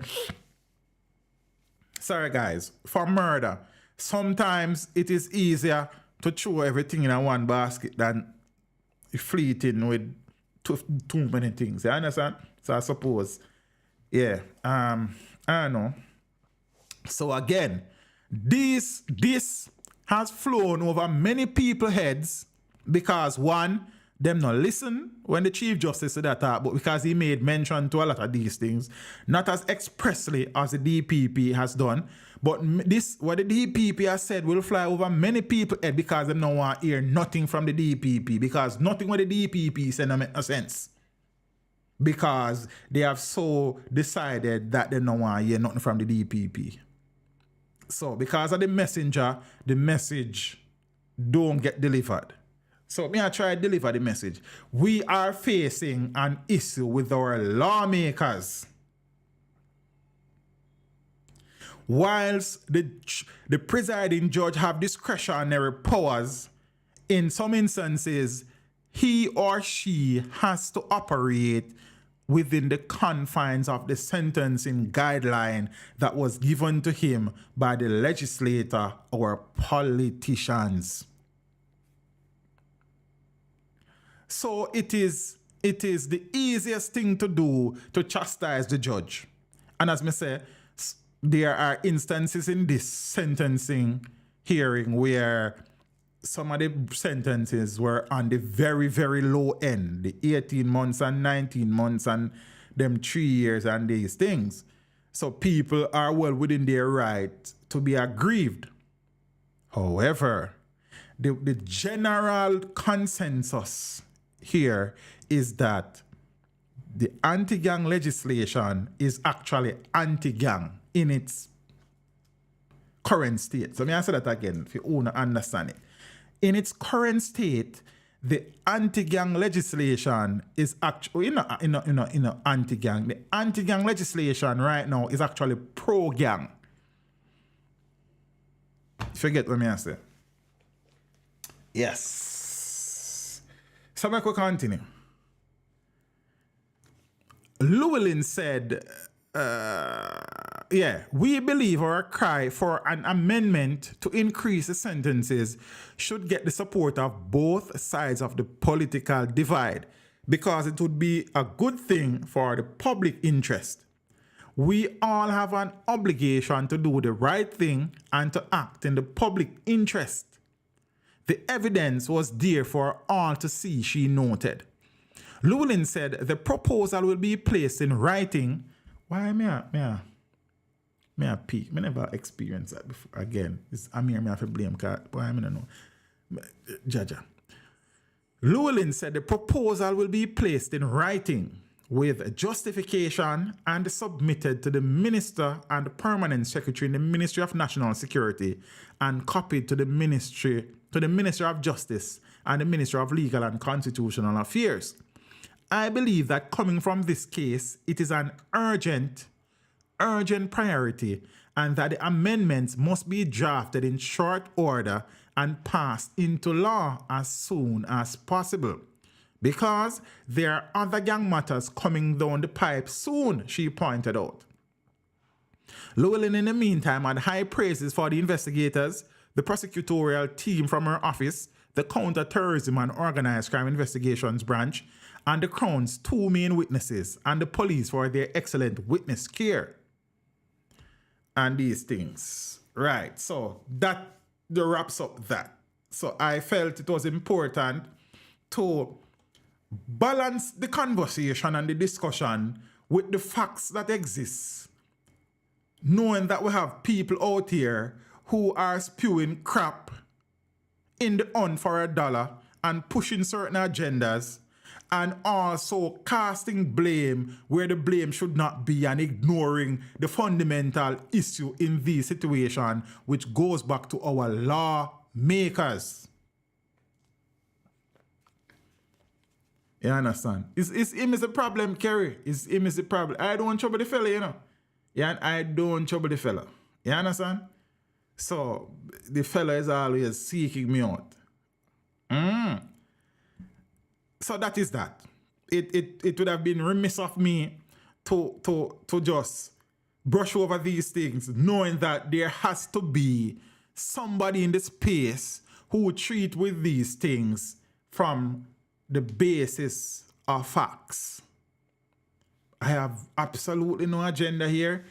I am just simply pointing out the issues for what they are. So feel free to criticize the presiding judge for acquitting 15 men.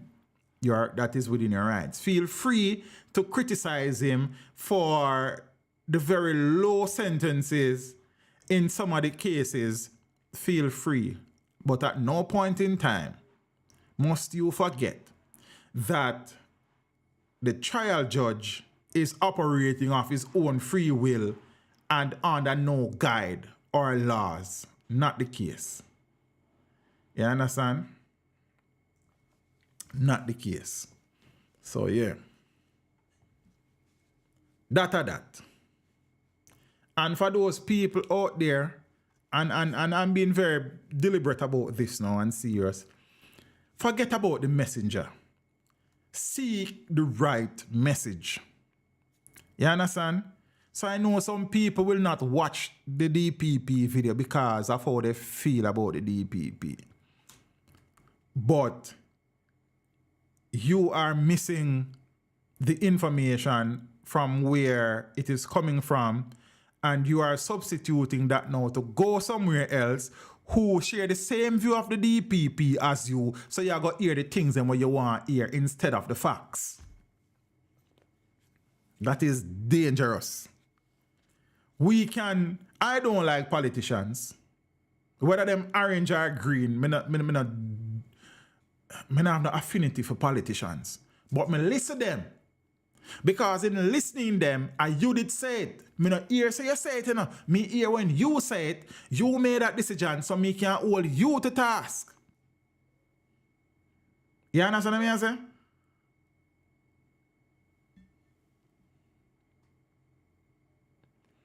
But that is the law, Aquino. You understand? That is the nature of the beast, you know.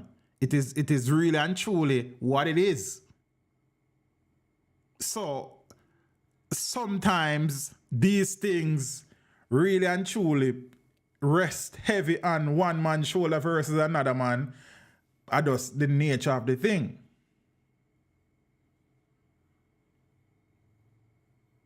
DeAndre, so them and Paul are working together. Okay, DeAndre, you see me? Attorney General, Justice Minister, Culture, Agenda, and the Terrible Opposition. They were on the 2014 committee. Miss Perfectly Imperfect.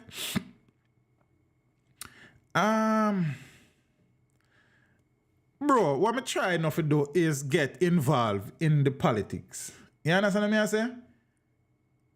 Oh, see, Miss Perfectly Imperfect, go dig up the information. Yeah, boss. Give thanks. See? Some people who are still very active in politics these days, they were there in 2014 when this foolishness was being put together. You understand what I say?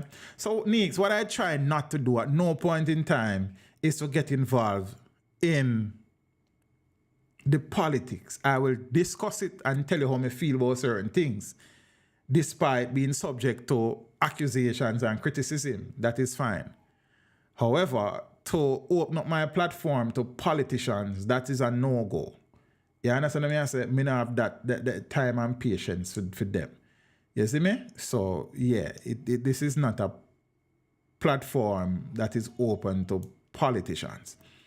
See me? So, for example, I intend to interview Babsy Grange, you know, but I don't plan to ask Babsy Grange one question about her political life. I am interested in talking to Babsy Grange about her involvement in music down the years. You understand what I say? So, if and when that interview happen, that is what I'm interested in, music. Me not depend up. You understand what I say? Our political career thing. Zane. So maybe in the future when the man them retire and in active politics no more, we can probably talk about them career and how them not serve the country right and serve the country right, then that different. But for now, whilst them active, no. You see me? So, and as I said to you before, that both sides of the political divide, I have asked them to remove videos that they have taken from my channel. No, I have our link in Richie, but I hope to interview her, sir. You understand? So as me say, no, I have asked both political parties representative to remove my videos before, because so I'll do a video, I beat a particular politician, and somebody from the next side take it now and I use it against said person. That was not the purpose of I never have met no free advertisement for you, sir. I miss take down my video. You understand what I say? Men have gone as far as to say, I promote my move from yes, man. Me look like me need promotion of my video to you, sir. I promote my video. Me no need a your party need more promotion than my videos, family. You understand me I say? Me not do that something there. During the last election campaign, people from both sides reach out how their campaign managers and they want me to interview their candidates. No. Negative. Not happening. So there are so many things that goes on in the background that me just not say these things. Because I not have no need for say these things. Me no need for prove nothing to nobody, you know. At no point in time, you know. If me address something, it's because me choose to address it. Zine, but me no need to prove nothing to no man. So when people come here, come chat off them mouth more time, I just laugh after them. You understand? Me hope say when you chat off your mouth, one ads did run pan the video. So me make some money. At that me no say you can chat as much as you want. So me no need to explain nothing to no guy.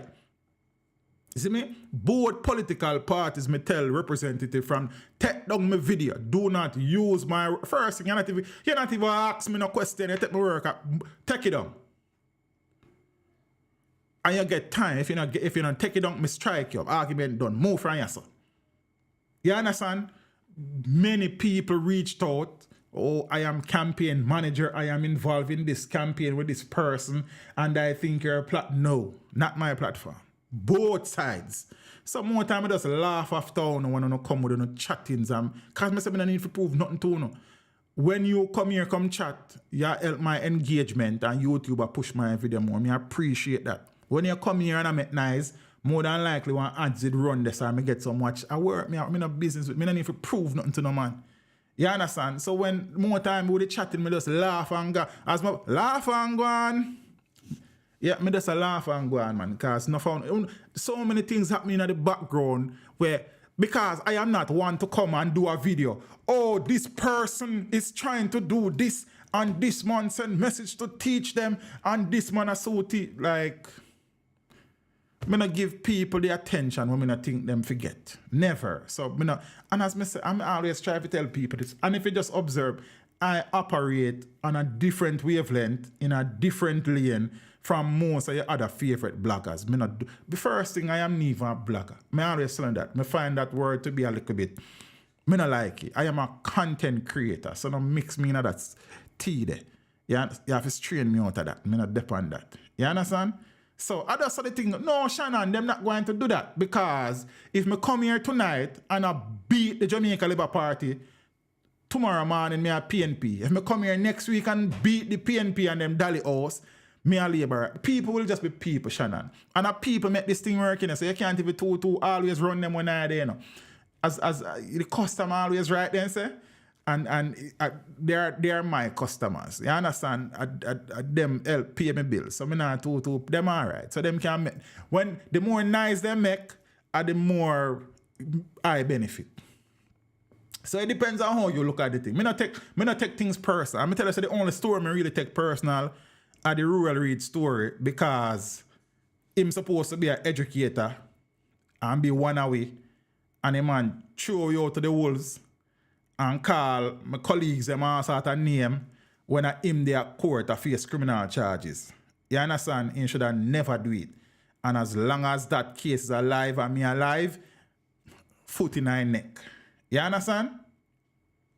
So I just saw a thing go. So as I say, many things happen where some people would see that as father. Oh, them a run go make video.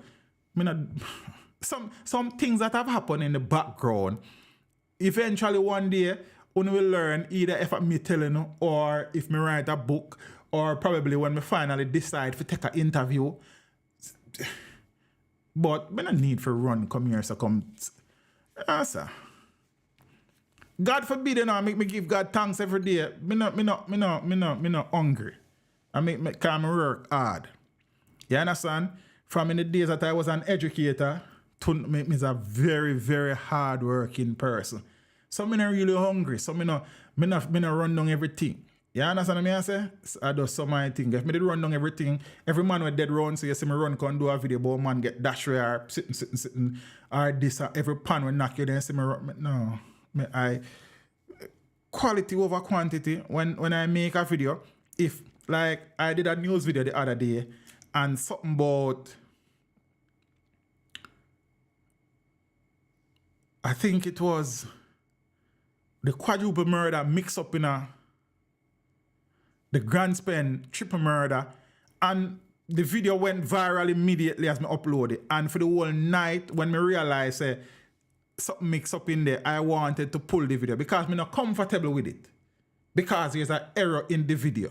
And worse, it is a video that gone viral. So it means that the world are going to see it. And then there's a mistake in there. And me fight for hours whether or not me go pull the video to edit it. And me just say, all right, it is not so bad. It is just a thing from one story into the next. And yes, all right, me go breathe and make it go on. Drop them, should drop all charge against Mr. Reed. Man thief more money than Mr. Reed. DeAndre, more time, left certain conversation, bro, because you know do yourself no favor when you say certain things sometime, brother. You understand? You're free to stick to where you want to stick to, you know. But because man thief more money than Reed means, oh, we not for charge Reed. So anybody with thief less money than real Reed should not be charged. Is that you say, brother? Can't me not get it. Yeah, yes, as me say, that's why I eventually make the video stay, bro. But for me, that is how I operate, bro. Like, each video is a representation of me. It's supposed to be neat and clean. So if you not flow that way, then I'm not happy. But yeah. So DeAndre, you're suggesting now that rural Reed should be freed because man thief more money. That don't make no sense, brother. I tell you straight up. Yeah, I look at bridging, that don't make no sense. So, based on your rationale, as long as you thief less money than what rural Reed is alleged to have stolen, you should be freed. Nonsense that, bro. That don't make no sense. Now, Beachy Stout, I could talk about that. Because this trial, you see, I'm telling you, so we're going to shoot a movie, you know. Kerry, you want to play Tonya? You want to play Beachy Stout second wife? Rosie, you want to play Beachy Stout first wife? Me I look some cast members. Nah, man, but at that, if essentially at that, you say, DeAndre, man, you say, rural Reed should be freed because man thief more money than rural. So basically what you say, bro, Zane, that you say. You understand? Yeah, man, this. Oh, Mountain Eye Coffee say it won't be Beachy, you know, so... But I give that role in DS, but I can't go back to gear because what they say they want it. You understand what I say? And thing. Yeah, I will stay far from the name. Then, as me say, I look some cast members in a roses. So, you know one thing, you understand? I'll shoot the role and turn star. Then, you know, it's something. All right, but on a serious level, you know. So, the trial continues, and the first witness has... Kerry says she want to be Tonya. The first witness has done his testimony. He was cross-examined by Beachy Stout's defense team. I think Christopher Townsend led his cross-examination. At the show, you know, Rosie, and in real life, you know, I want to say you got married to Beachy, Rosie. We not live so. So it's just a show, you understand? So I don't know. Is these things, yeah, see me.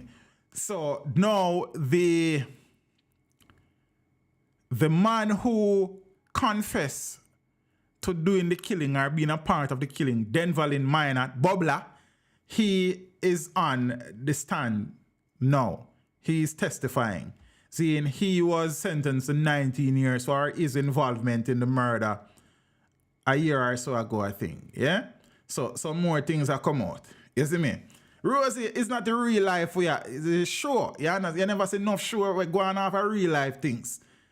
Eh? Yeah. See, after 26 years, then just arrest somebody for two-part murder.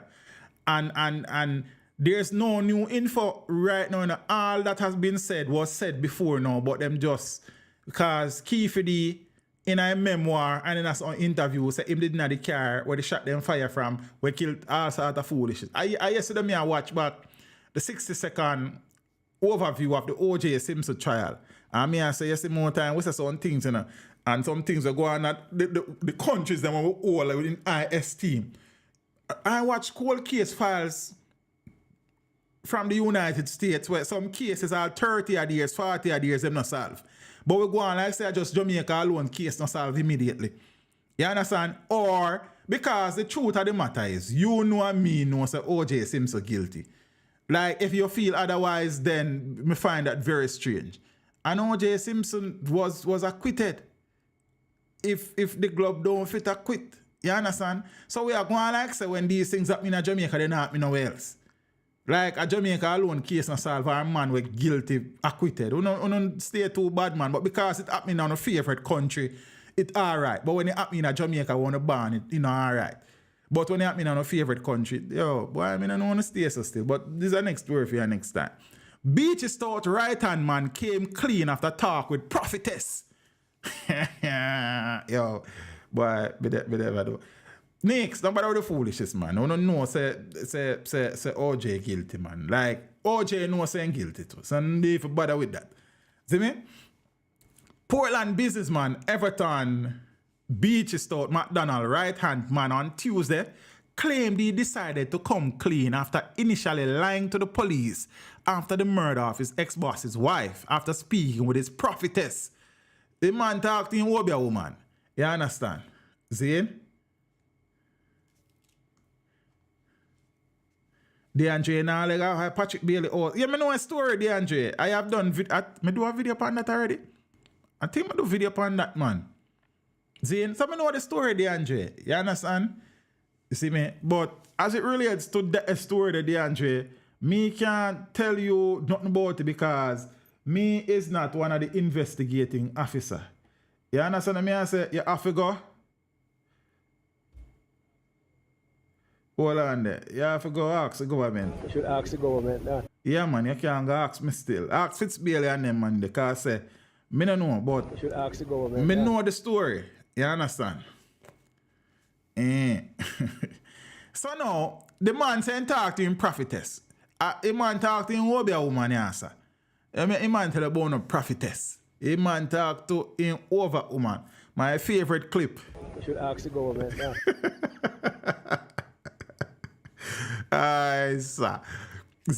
So the witness who previously testified that he and McDonald shared a father-son relationship disclosed on Tuesday that he was arrested and charged less than a month after the July 2020 murder of Tonya. I not even didn't know say somebody else was arrested and charged apart from Oscar Barnes and Denverlin Minot and Beachy Stout. So I never know say a fourth man was arrested and charged. So all the witnesses they attack, you know, say I look on Tonya naked picture them, I didn't know say then they lock him up, you know. But that's why trials are important for we to learn the fullness of the thing. However, he said that months after going to court, he decided, I not even know same like a court. He decided to tell the truth and pleaded guilty to throwing away evidence and was given a 2-year sentence. I never did even know that. I don't even remember hearing this. I probably hear it and remember. I probably me cover it and remember. I don't remember. I'm not telling a lie upon myself. He later admitted under cross-examination by McDonald's lawyer Christopher Townsend that he lied in the first statement, but struck a deal with the prosecution after he gave the police a second statement and was offered a 3-year suspended sentence instead for pleading guilty to accessory to murder. I never did know this. So, you point on somebody and get away scot-free? The lawyer asks. I spent some time in prison, the witness replied. Before adding, I wasn't on the road. I was locked up in my house out of fear caused of him. Now, Justice Chesterton quickly intervened and told the witness to confine himself and not to mention anything about fear. So you see, what the judge is doing now, and you see them look at things they import. I tell them I learn in law. Look, I wonder if you call law school. I learn in law look a bit, you know, because in a potential appeal, you go here say, the trial judge did not give the witness any instruction for telling him to refrain from say him do things out of fear and then sitting there. Because these are the little things that the man them use as different grounds for their appeal. Alright, Mr. Chester Stamberg. Me I think about God law school, you know, because I say, right, I know me look like me I got turn lawyer like. You understand?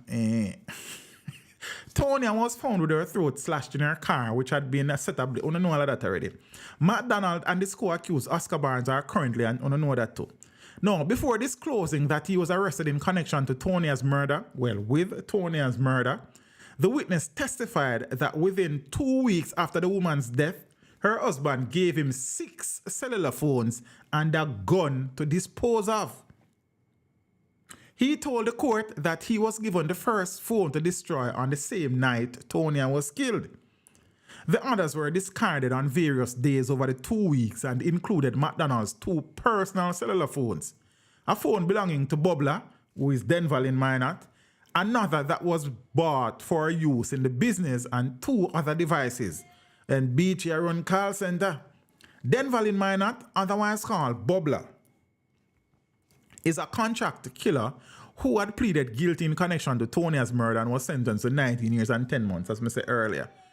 Minot had testified that he entered into an agreement with McDonald to kill his wife for $3 million, but that he subcontracted another man to do the killing.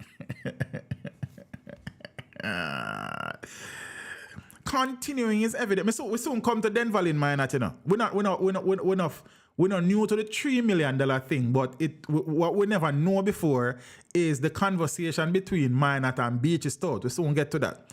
Continuing his evidence, the witness claimed he destroyed most of the phones and burnt 2 at sea, where he was also instructed by the businessman to discard a firearm. The witness also claimed that after coming clean, he showed the police where he had burnt the phones and where he threw away the gun. I wonder if the police can recover a gun. He said he also showed them where he went to pick up a gun at a nightclub and a location where he had returned another that was malfunctioning. It's a gun business. When asked why he decided to go to the police, he said it was after his prophetess, the man as a prophetess, told him something. I wonder what she tell him. Left that alone. The man saying, however, he was instructed by the prosecutor not to repeat what the prophetess had. I want to empty prosecutor, man. I know someone know a prophetess tell him. However, he was instructed by the prosecutor not to repeat what the prophetess had said. That's important to the case, prosecutor. What do you mean? I object. We want to hear. You understand? Following his evidence, Townsend took him to task over his admission that he had lied to the police. So you spent 24 pages telling a lie in the first statement, Townsend asked. Yes, the witness replied. So therefore, you are a liar, Townsend continued. No, the witness answered emphatically while shaking his head. The lawyer suggested to the witness that he lied in his second statement to save his skin, but this was denied by the witness. The witness admitted during the cross-examination that he told the police that Minot and Tonya were selling drugs together. He also acknowledged that he told police in his second statement that he was given the phones and gun to discard a week before Tonya was killed, but insisted that it was an error. Do you even know what the truth is? Townsend pressed. But the witness, who appeared rather unbothered and was observed checking his phone, said no. Why am I checking his phone and him testify? I don't know about that part still. You understand what I say? I want to know where prophetess tell a G, because that's important to a case. As a man, we are trying to study the law, these things important to me. Prosecutor, not do me that. A man saying prophetess. Now, the witness claimed claims fear of Beachy Stout caused him to falsify the thing, as I said before. You understand? So we can move on a little bit. So the witness, who claimed he initially did not like Tonya but had eventually bonded with her, after a while was arrested and charged with accessory to murder after her death. As I said, I never did know that. You understand? However, the court heard that he struck a plea deal with the prosecution and gave a second statement as something. Sorry there, guys.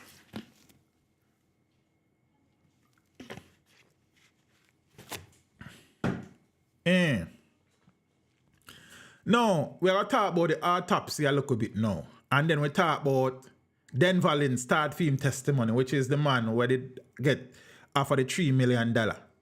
See him? So we have some things to talk about, and then we have to talk about the Prime Minister and film statutory decoration, because then that is our next thing. Then we talk about some next things. And then we make on go on the bed, because I don't have work a man, and tonight at Thursday night, you know. It's not like a Friday where Saturday morning and we can't sleep in.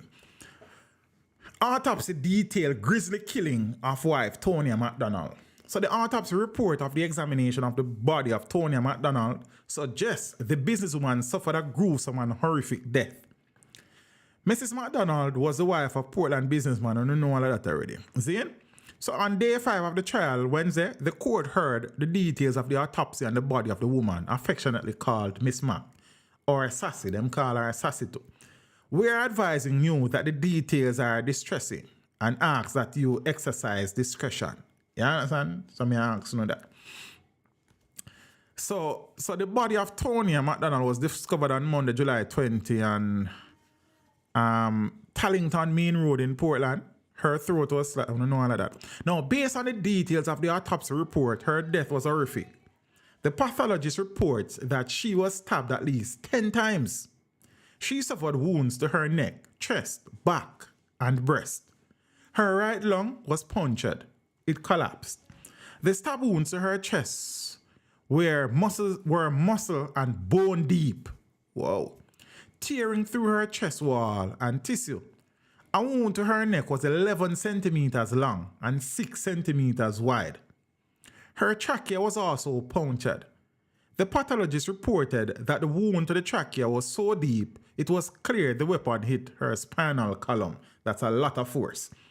Having suffered multiple stab wounds, which the pathologist found sent her into shock and caused massive hemorrhaging, leading to her death, Tonya McDonald's body was set on fire inside her car. Her body was charred.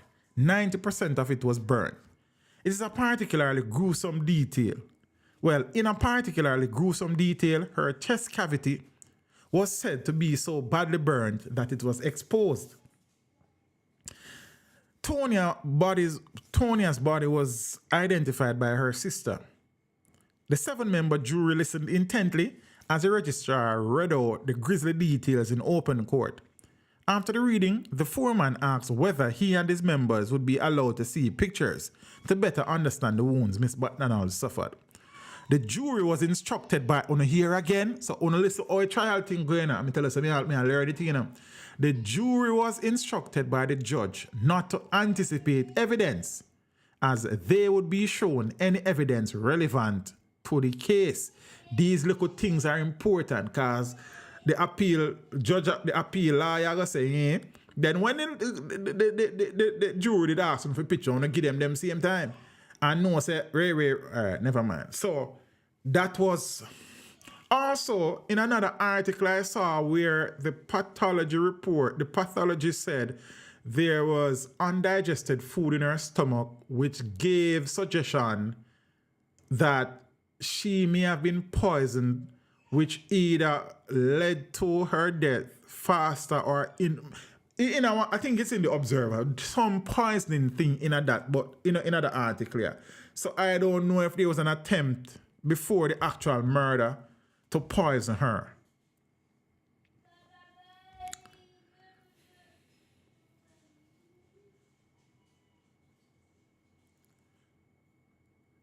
No, make we continue.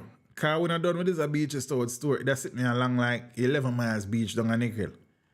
You understand? Witness says Beachy Stout offered him $3 million to murder his wife after begging for work. So the man basically is saying go beg some work. And Beachy offer him a different work. I never me say I go do it. Me have that? Me not have that? I never me tell you go do it. I never me send you go do it. Me have these things, man. The convicted fisherman who said he was contracted by Everton Beachy Stout McDonald to murder his wife testified that he was offered the job after begging for work in the businessman's supermarket. McDonald and his Denverlin miner, otherwise called Bubbler, told the Home Circuit Court this morning that on his second meeting with Beachy Stout, he asked him for a job to offload goods from delivery trucks. However, he said McDonald replied, "Me have a better work for you." That is when he took out his phone from his pocket. He then go onto his phone, show me a lady on the phone, and he say, "I want her dead," recounted Minot, who is a witness for the prosecution. Minot, who said he had never seen the woman before, testified that he told Beachy that he could not carry out the act as he had never killed before. However, the Portland businessman demanded a price, he said. I said, big man, me cannot do it. I don't know how to do them things there, the witness testified, adding that Beachy offered $3 million, to which he agreed. Minot broke down in tears as he gave his testimony. So the man go look work, say he want unpack truck. And Beachy offer a man different work. Cause when you do the maths, you know, if you as a man go look at work where you have plan for unload truck, no more heap of money in that. I could have how much truck so you unload and why you unload off a truck. See? And then instead of giving you the work for unload the truck, the man offer you $3 million for kill him. Cha.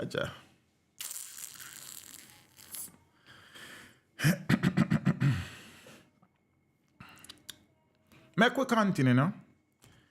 The now incarcerated fisherman, this is just another article, but it kind of point to the same thing. Zane testified that Portland businessman Everton Beachy Stout McDonald after listen that style now. Listen that style now. Watch that style. Remember say him go look walk around a Beachy place, you know. And Beachy say him give him a bigger walk. Zane, after Beachy give him the walk then now. Watch a style. They know in no, we have to take bad things with joke. But watch a style.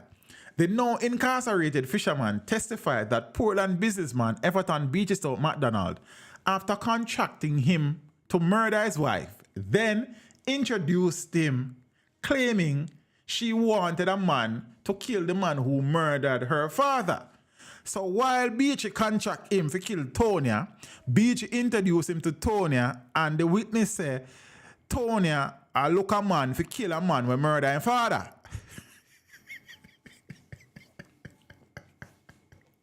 I can't be, yeah man, me not say no. But when me I look pan it and I say, yo, the man I got unload truck for little and nothing, see? But hustly man I look at hustly, you know. And then you offer a man $3 million. Enough man I got take that in a brother, because think about you and how much truck you got unload to make $3 million. You see me? So think about it. Enough man I got take that man. But honestly, that's why I tell Kerry and Rosie I want them to come act in a show, you know, because that show is a box office, you know. When this Japan Carib, problem around there. So after Beachy contract with G, Zane, Beachy introduced G to his wife who he want Bobla to kill, and then Bobla say, if woman when fi kill now, want somebody fi kill a man will kill for your father. But make we continue. It a go watch the style there. But an interesting twist, the witness said that Beachy Stout also told him no one in Buff Bay killed Miss Mac's father. And him do it. So the witness said, Beachy said, him kill Tonia's father. No, to be honest with you, from Tonya was killed, it was no secret that it was being said that her father was killed not so long before her, and that it is being alleged that her husband may have been involved in the situation. Paint no place, thanks to the contribution over Cash App. You understand? We appreciate it. And big up to the people that send money over Cash App the last time I stream. But you I said, me need to look on the phone like, my apologies. I know when I flash up yourself like a super chat. But big up on yourself. See? Rich, paint no place, big up yourself, broski. No. Una follow so far? When me there at primary school, you know, and I prepare for common entrance, my teacher was, bro, the man find his own killer. My primary school teacher was a vice principal. Her name was Miss Mackenzie. Miss, you know them lounge chair up on the beach with the plastic strap them? And that Miss Mackenzie used to use on beat, you know. So when that licking in your hands, I read for days. You understand? And when Miss Mac a teaching and you know, make like a lesson, you know. See? Jones, where I did, brother, everything good. Give thanks, man. We're there. in a Migla lesson, Miss Mackenzie always say, "Are you with me?" And the whole class, "Yes, miss." So me ask you now, "Are you with me?" Jaja. Yo, what if we make we do a movie, man? Just, boy, I mean, yes, Rosie don't want a part. Me see what I go and carry one. Jaja. So we could continue, because I said, this year, a Hollywood story this year. You understand? Watch it right now. See? So, but in an interesting twist, the witness said that Beachy Stout also told him no one in Buff Bay killed Tonia's father. Is him Beachy Stout kill him. I wonder if the police are going to open an investigation in that case there, you know. Or at Beachy, because I suppose they would have been doing an investigation already. Well, I am assuming. So if they go, I don't know. Denver Minot, otherwise called Bubbler, a fisherman from Portland, said that McDonald and his wife, so listen to our next part of the story now, that McDonald and his wife came to visit him at his home. And after the introduction, McDonald told him of his wife's desire. So Tonya tell him, a Beachy tell him, say Tonya wants Maddie to kill him and allegedly kill her father.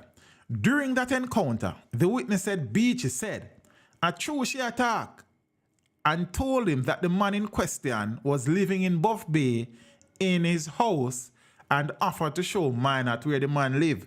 So Beachy, even after Beachy tell him man say him kill the girl father, Beachy still a point out the man where them say, yo, boy, they even do. According to him, Tonya told him she would give him $1 million to kill her father's murder. So a $4,000 G if you make it, a $4 million G if you make it, say, you know. You understand? After a man just want to load 2 check, you know. The witness, however, who is serving 19 years and 10 months for the murder, broke down in tears during his testimony at the Home Circuit Court, forcing a short break. Minot appeared to be in deep emotional distress as he turned his face to the wall before covering it and placing his head on the witness box. The judge, in taking the break, told him to drink some water and try to compose himself. Earlier before the trial break, the witness said that after he agreed to do the murder, Beachy Stout took away his phone and later gave him a phone that had 2 different SIM cards, or is a dual SIM phone, a G get, belonging to Lime and Digicel. The witness said Beachy told him to use the Lime chip to call his wife and to use the other to contact him, which is Beachy. However, he said sometime after, the businessman instructed him to return the phone and replace it with another, claiming too much information was on it.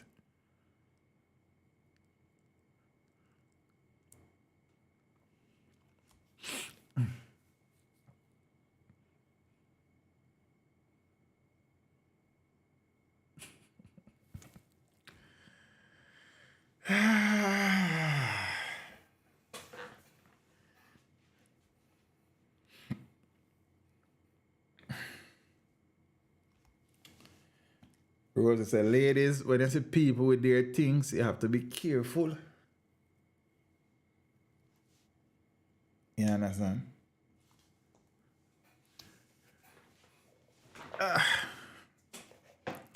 Boy. This a trial, yeah? It a reveal someone sitting.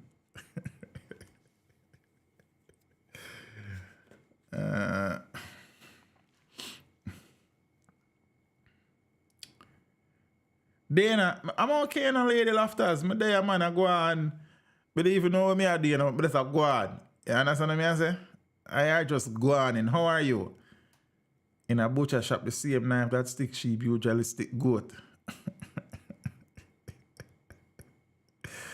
But yeah, that's the situation so far. You know, I keep you guys, because I know someone not busy on again, and someone not like reading their answer.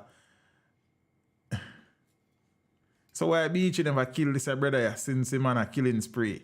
But I couldn't tell you in a lock. You understand? The love of money, the root of all evil. You see me? Jaja. But what me I try to figure out, because Bobla said him contract a man for do the killing. So the man who in contract for do the killing, Oscar Barnes is a next man. And if it's a next man, who is that man? Me don't know. So I must ask the next man. But as the trial go on, I have been always asking that question, you know. So who is the man who I'm saying contract for do the killing? So me I assume say Oscar Barnes then. Oscar is Beachy's co-accused. Because remember Denvalin did plead guilty and get 19 years. Ah, boy. It's not an easy road. I mean, you see the glamour and the glitter, so them think a better rose, me say. Who feels it knows? I want thing we do here, sir. 5 and 4, 9 and Mr. 1 make 10. The Admiral Tibet as Mr. Reality introducing to you. Teach them, no matter how far them they are reach them. Listen to this. Classic. We are living in a serious time. Yes. Don't let the devil blow your mind. The time is so serious, cantankerous and dangerous. Yes. It's only in the Father. Teach them put his trust. You hear that? The time is so serious, cantankerous and dangerous. Move. Said all over the world, everyone is in a heated rush. Talk to them. It's not everything good for eat, good for talk. Yo, Jaja, I don't trust no shadow after dark. The office of the Prime Minister, Mum on Status of Wholeness' statutory declaration. From one madness to the next. There is radio silence from Jamaica House about whether Prime Minister Andrew Holness's 2022 statutory declaration has been certified, amid indications from opposition leader Mark Golding that he has certification from the Integrity Commission. So Gleaner questions emailed to the office of the Prime Minister and copied to Holness on Tuesday morning were not answered up to press time last night. I don't know if them answer yet still, but yeah. So the OPM was asked to confirm whether the Prime Minister's statutory declaration for 2022 and 2021 were certified and whether he had received notifications from the Integrity Commission about the status of the declarations. The Gleaner also sought responses from the IC to confirm whether it had certified both Holness and Golding's filings. But the body said that it is unable to make comment regarding same, except to say that it is and has been operating in compliance with the provisions of Section 42, subsection 3 of the Integrity Commission Act. Section 42, subsection 3 says, where upon examination of a statutory declaration, the Director of Information and Complaints is satisfied that the statutory declaration has been duly completed, he shall so inform the Commission, and the Commission shall A. cause to be issued to the public official or parliamentarian, as the case may be, confirmation thereof in writing. B. Notwithstanding the provisions of Section 56, cause to be published a summary of the statutory declaration made by the Prime Minister and the leader of the opposition in the Gazette. So it's supposed to be in the newspapers. The IC in its 2022 annual report said that the third schedule is its primary data collection tool, which aids with the determination of a declarant's net worth to ensure that any growth in assets or reduction in liabilities are sufficiently supported by legitimate income. The IC said the legitimacy of the assets, liabilities, and income declared by declarants must be validated by the Commission's research and third-party verification processes in the first instance to ensure that there is no concealment. Succinctly put, the Commission must ensure that there is no illicit enrichment prior to certifying a statutory declaration, it said. In May, the Prime Minister expressed concern that the 2021 document that reveals his income, assets, and liabilities have not been published by the IC. He said then that he was in the dark as to what was preventing the Commission from publishing his statutory declaration, which is a requirement under the law. The IC maintained that it was not in a position to certify the Prime Minister's declaration. In a statement on Monday, the opposition People's National Party indicated that Golding had received formal communication from the Integrity Commission certifying his 2022 statutory declaration. Mr. Golding consistent compliance with the Integrity Commission's processes, along with his pivotal role in signing their leadership code of conduct and ensuring that his entire shadow cabinet has done likewise, uphold the core values of our party and exemplifies its commitment to high standards of integrity in the public affairs, the party's General Secretary said. So the letter to Golding, a copy of which was seen by the Gleaner, carried the signature of Craig Beresford, the IC's Director of Information and Complaints. It informed Golding that his statutory declaration as at December 31, 2022 has been examined. Based on examination which does not constitute an audit, it appears that the declaration has been duly completed in accordance with the provisions of the Integrity Commission Act, said the September 29 letter. Teach, this need to be a series. Then me not have time to shoot a series, Alika. I just want to shoot one movie and gone. You understand? No, but to be serious, I've always had intention to shoot some short movies, and not specifically about Beachy Stout things, but some other things in the country. It's just that how I operate, I don't do everything on my channel at once. I add things incrementally over time, you know, to keep the thing on a level and to evolve and what I word there? Renew is the next word I look for, you know. Revamp. When me find the word, me tell you. But yeah. Good night, Miss Jarrett. How are you? Monica Wills. Murder runs deep in the family. Oh yeah, cause I remember same son did murder for his wife up around one part of a foreign there. So for the second year running, the leader of the country, the Prime Minister's statutory declaration is yet to be certified. It's not just 2021, but also 2022. And again, as I spoke last stream about the two leaders of the country, because that's how they are seen, the Prime Minister and the leader of the opposition, they continue to speak about the integrity and the need for integrity. And I spoke specifically about the opposition leader walking up and down in constituency with Kern Spencer, and also having Kern Spencer as a regional chairman in the party, and the Prime Minister seemingly finding very creative ways to up the profile again of Andrew Wheatley, putting him on committees and committees and committees. So I spoke to the fact that as leaders of the country, one currently leading and one who have aspirations to lead, you can't talk about integrity, but yet still you are remaining close to people who have political baggage. And now, as the leader of the nation, who is craving the trust of the populace and the constituents in the country for 2 years running, his statutory declarations are yet to be certified by the Integrity Commission. No matter how you look on it, no matter what kind of political biases you have, that not look good. You understand? That is the reality of the situation.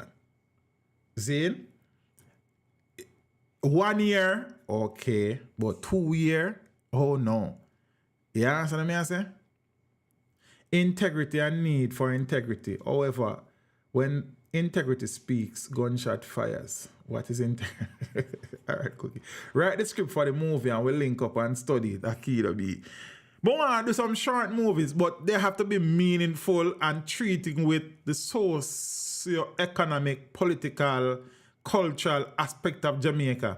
I mean, this is a part of the social, the Beachy Stout situation, but I don't want the thing be about, you understand what I say? So I still think about it. Like, I always say I want to do that just for my own development as a videographer per se. But, you know what I mean? We'll see how that go. I'm still young, you know. Yeah. So that are the situation the Prime Minister and this statutory declaration. And again, so the questions will be asked. Is the Prime Minister one of the 6 politicians that are on the investigation by the Integrity Commission for illicit enrichment? You have to ask the question because for 2 years running, the Prime Minister's statutory declaration are yet to be certified with news that 6 politicians, and let me stop to point that out because we have a tendency in this country to just share the information that we want to share. It is not just 6 politicians. It is, you have 20 to 30 public servants also being investigated. But you know, it is always easier to treat with politicians when we are talking about these things. So people only talk about the 6 politicians when there are people from other government agencies who are under investigation for the illicit enrichment. You know, people are not calling for these. Me not hear. I've never heard the opposition party ask for the naming of these people or them to declare themselves. It's only the politicians. So me not know if why not call for everybody. So me not get it. So yeah, but we can, as a leader of the country and as somebody who have desires of continuing to lead the country, and 2 years you are unable to satisfy the Integrity Commission to the level where they can certify your statutory declaration, then questions have to be asked. And there's a development where in Parliament yesterday, the Minister of Constitutional Reform spoke about needs to put in place system to extend the term of service for any administration from 5 years to 7 years in the event of emergencies and national disasters. I have not spent enough time to listen what she have to say. I know some people are up in arms, but I think she was speaking primarily to the possibility of natural disasters and pandemics and all of these things. But then people are saying, then when I have one election, I make one pandemic what there. But when I say me familiarize myself with it some more, I talk about it because like I've had passing glimpses of it, but I don't really sit down and listen to it. So hopefully when I stream again, I get a chance to talk about that situation. There is also a situation that I need to address where, so we're going back again to the judiciary. I'm not going to address it fully tonight, except to introduce the fact that I plan to talk about it, where many cases continue to languish in the justice system, contributing to the massive backlog that exists. And people's lives are put on hold indefinitely because of the inefficiencies within the justice system, because of judges not turning up to court for these cases for whatever reasons, and regular Joes, other professionals are suffering because of the tardiness within the justice system. And based on the information that I have gleaned and is getting, some of these people just want them life to go on. So they are even saying that, look, even if we got court and we are found guilty, by this time we would have been found guilty and served with time already and can get on with the life. Whilst why now we are in limbo and at the mercy of the courts because of their inefficiencies. See? And as we always say, justice delayed is justice denied. You have cases where police officers have been on suspension for 8-9 years and the matters are still in front of the courts and have not yet been disposed of. So they are on suspension, not being paid, can't continue with them life because, one, them can't get a job because they have a court case. See? Them not get paid because they're on suspension. And some of these people are saying that, one, Can't me through the court. If I am found innocent, fine. If I am found guilty, sentence me serve my time and get on with my life. But I am getting to understand that there are some of these cases where judges are missing majority of the mentioned dates. And these people are in a state of limbo and cannot progress with their lives. You understand? So these things has to be treated with, if we are talking about a functioning judiciary. So we can't get civil cases through the court system under 5 years, but we intend to get murder charges and other serious crimes through the system, through the Supreme Court, through the Court of Appeals, and through the Privy Council in 5 years, so we can hang some people. So how we are hang some people if we can't get these these cases that are not of the gravity of double murders and triple murders and all of these things, and we want to start hang some people. And based on the ruling in the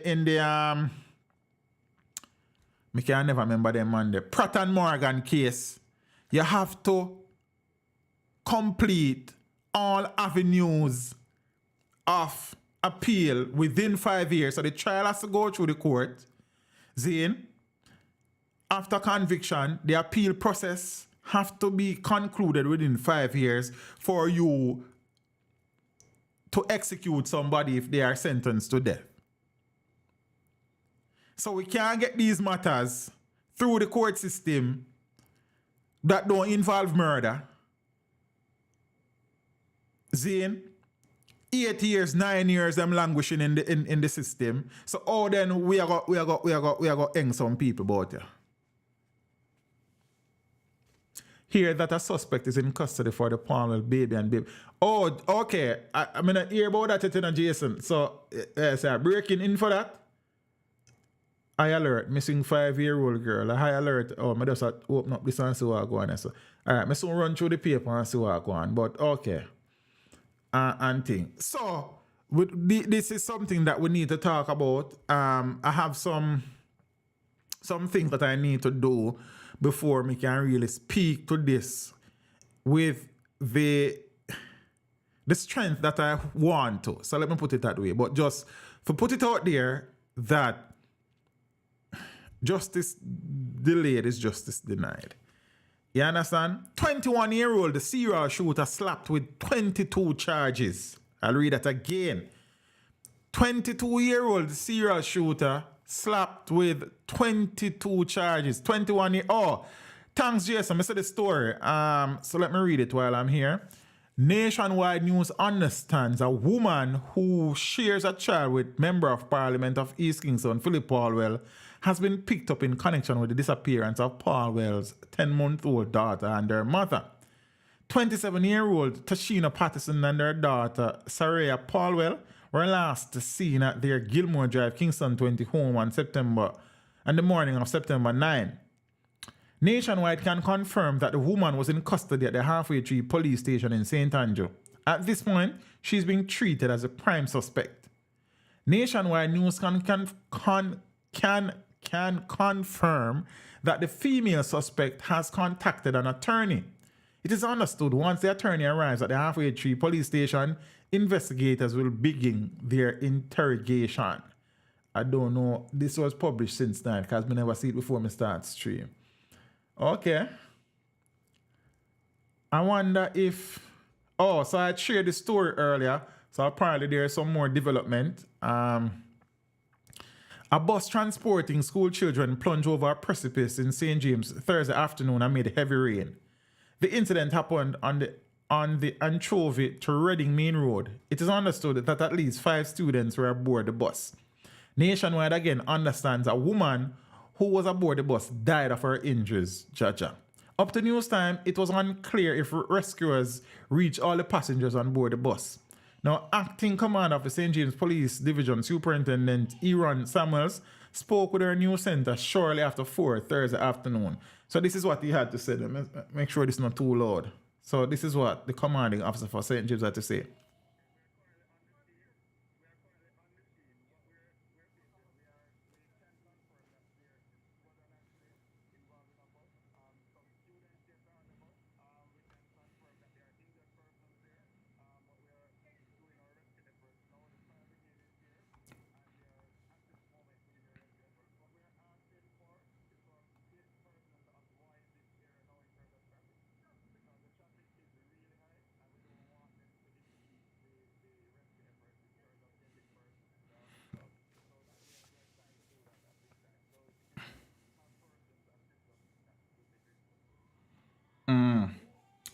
Right. So, unfortunately, it has been confirmed that a female passenger on board the bus has died.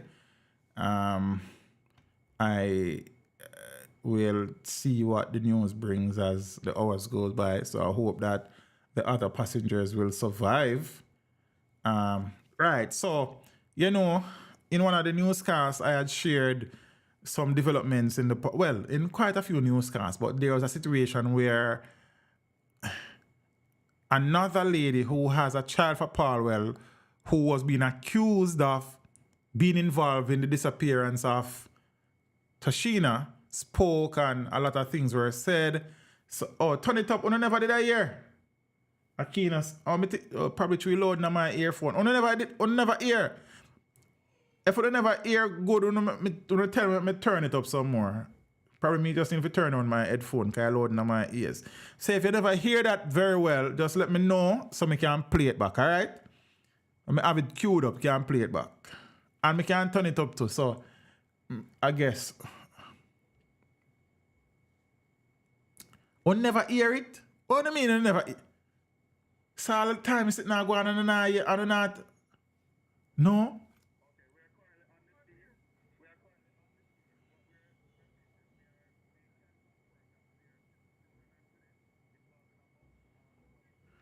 So me alone I hear that?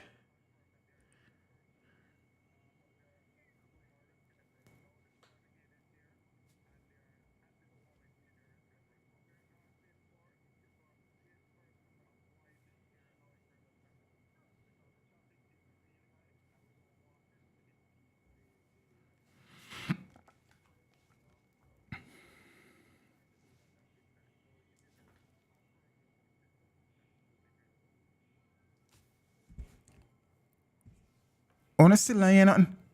No, son. I mean, I say, I know, yes, you know. And then, I know, yeah. Then, I don't know if I tell you, say, me I go try play it on my phone so I can hear, because, me there hype, you know. And say, me I bring in audio from my computer and my stream. Hype. I heard you loud and clear. It is good I am hearing. So, me confused. If some people are here and some people not here. Some people, me don't know. You understand?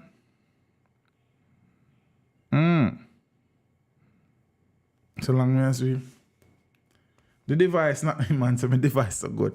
Yo, just out that's a, yeah, I mean I know I never did that here. But say the police chief I said the rescuers still a try to get out some people. He was asking for motorists to avoid the area so as not to cause or to impede the rescue effort and such. So yeah, that is basically what I did I say.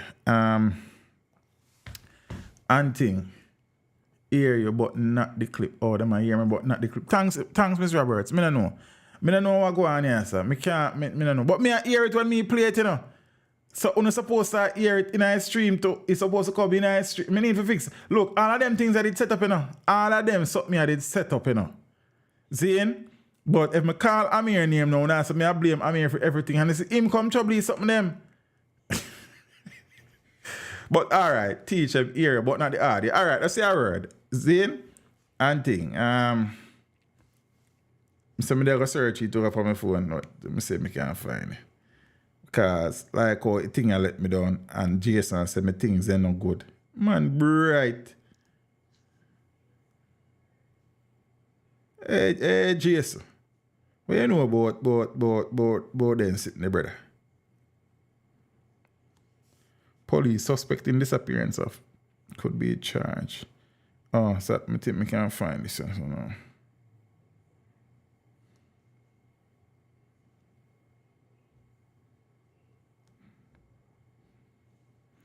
Yo, in nationwide webpage hard for deal with this. Okay, we are currently on the scene.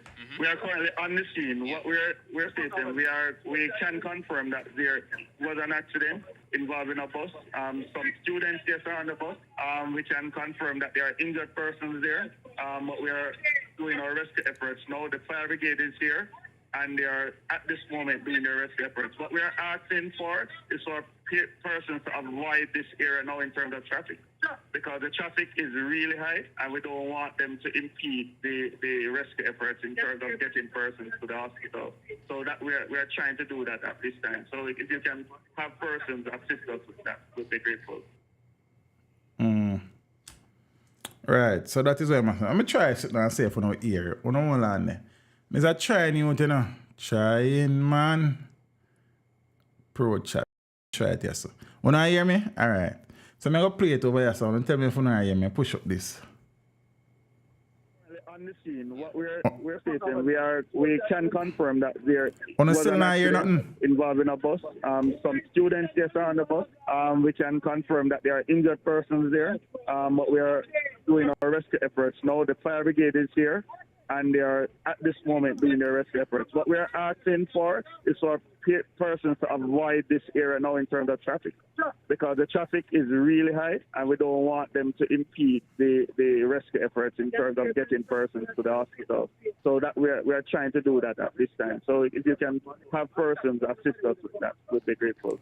I not talk when me have a phone and I know the must hear that can have a right time mic. When me play it now, like now, me I count down 1, 2, 3 and play. When I hear this now?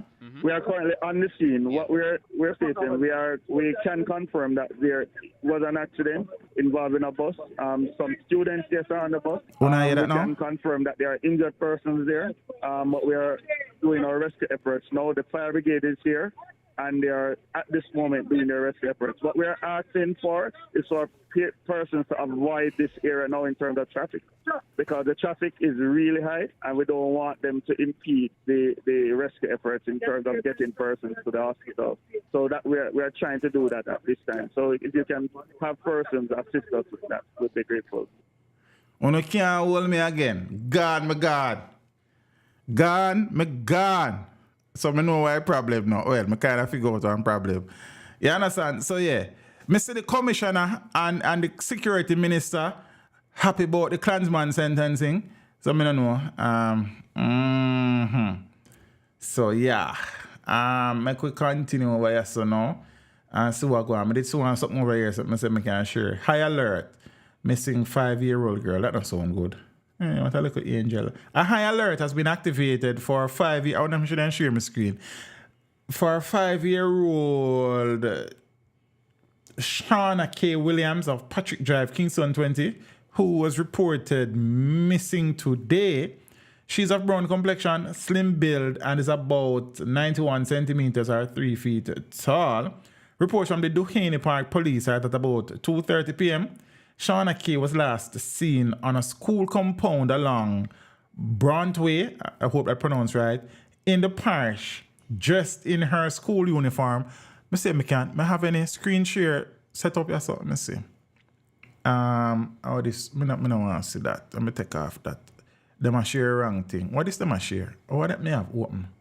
I don't know about that. What that them a share the circle? See? You have things in the background? That's strange. You understand? Oh, it a share one folder with something. Oh, me have it over here, so. Oh, so many visit up this. Many visit up some things in my stream. Okay. So this a share now. Let me see if I can oh, it a share this and this more want to share. It a share my script. Alright, so believe we set up this way. It share what we want if you share. But alright, we set up that for you next stream. Here, nobody pressure me. See it? And thing. Take off that. Yeah, so we need to set up them things here. But alright, we need to figure out some local things. Can we set it up one time and it just want to fix. But yeah, so the little Empress is missing from school compound. Them say them last year. I don't like how that's so. Well, let me get it right. I'm not on the line. She was last seen on a school compound along Brontway in the parish, as in Bronte.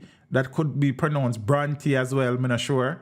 In the parish, dressed in her school uniform, a yellow and green tunic. She has not been heard from since. Anyone knowing her whereabouts is being asked to contact the Duhaney Park Police at 876-933-4280, the 119 police emergency number, or the nearest police station. Yeah. Super captured from original Cookie Mama. All right, I still want to cheat with that lady Cookie. Sure.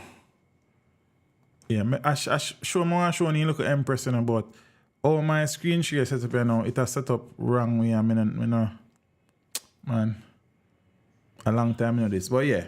So me know when we see it. Lady Cookie, thanks so much for the contribution. You know, I'm most appreciative.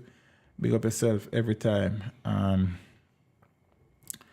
And thing. So I could talk about a story I would have talked about before, no? Zane, me refresh this because on the thing. Yeah. Cookie had some color to his stream. I like that. 21-year-old, the serial killer. Let me turn on my headphone. The serial killer slapped with 22 charges. So a man get a charge for 1 year, every year in life, plus 1 more year. A 21-year-old construction worker who was held in connection with several shooting incidents and murders that occurred between December 2022 and July of 2023 in Clarendon and Manchester has been arrested and slapped with 22 charges.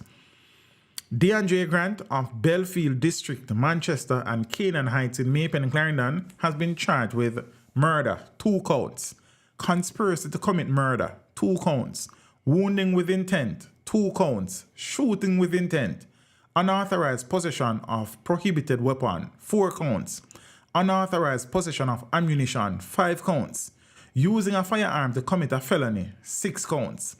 The Manchester police have reported that Grant's first shooting resulted in the killing of 21-year-old Sunil Mushet, otherwise called Shine, a construction worker of Comfort District in Manchester on Thursday, December 8, 2022.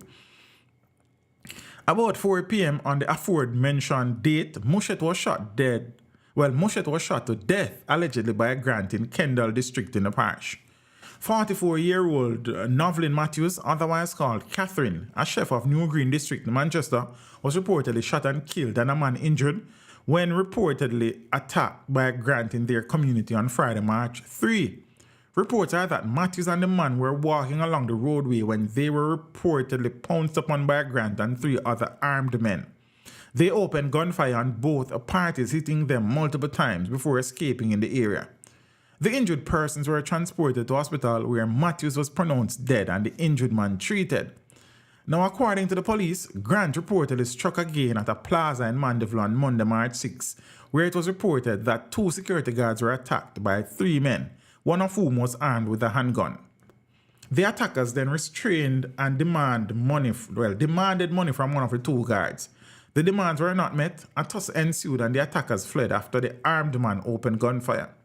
The police said Grant's last victim was shot and injured on Monday, July 31st at his home in Top Coffee Grove District in the parish. The man reported that he was at home about 12:50 a.m. when he was attacked by a Grant who was armed with a gun. A fight ensued during which the man was shot several times. He ran and was later assisted to hospital where he was treated. Following an operation, Grant was arrested on Wednesday, August 2, Westmoreland, in relation to a separate incident. He was later handed over to the Manchester police, where charges were laid against him on Wednesday, October 4. A court date is being finalized. This a man a rap sheet. Jaja. Young 21-year-old, you know? 21 years old. 21. And he's on 22 charges. Eh?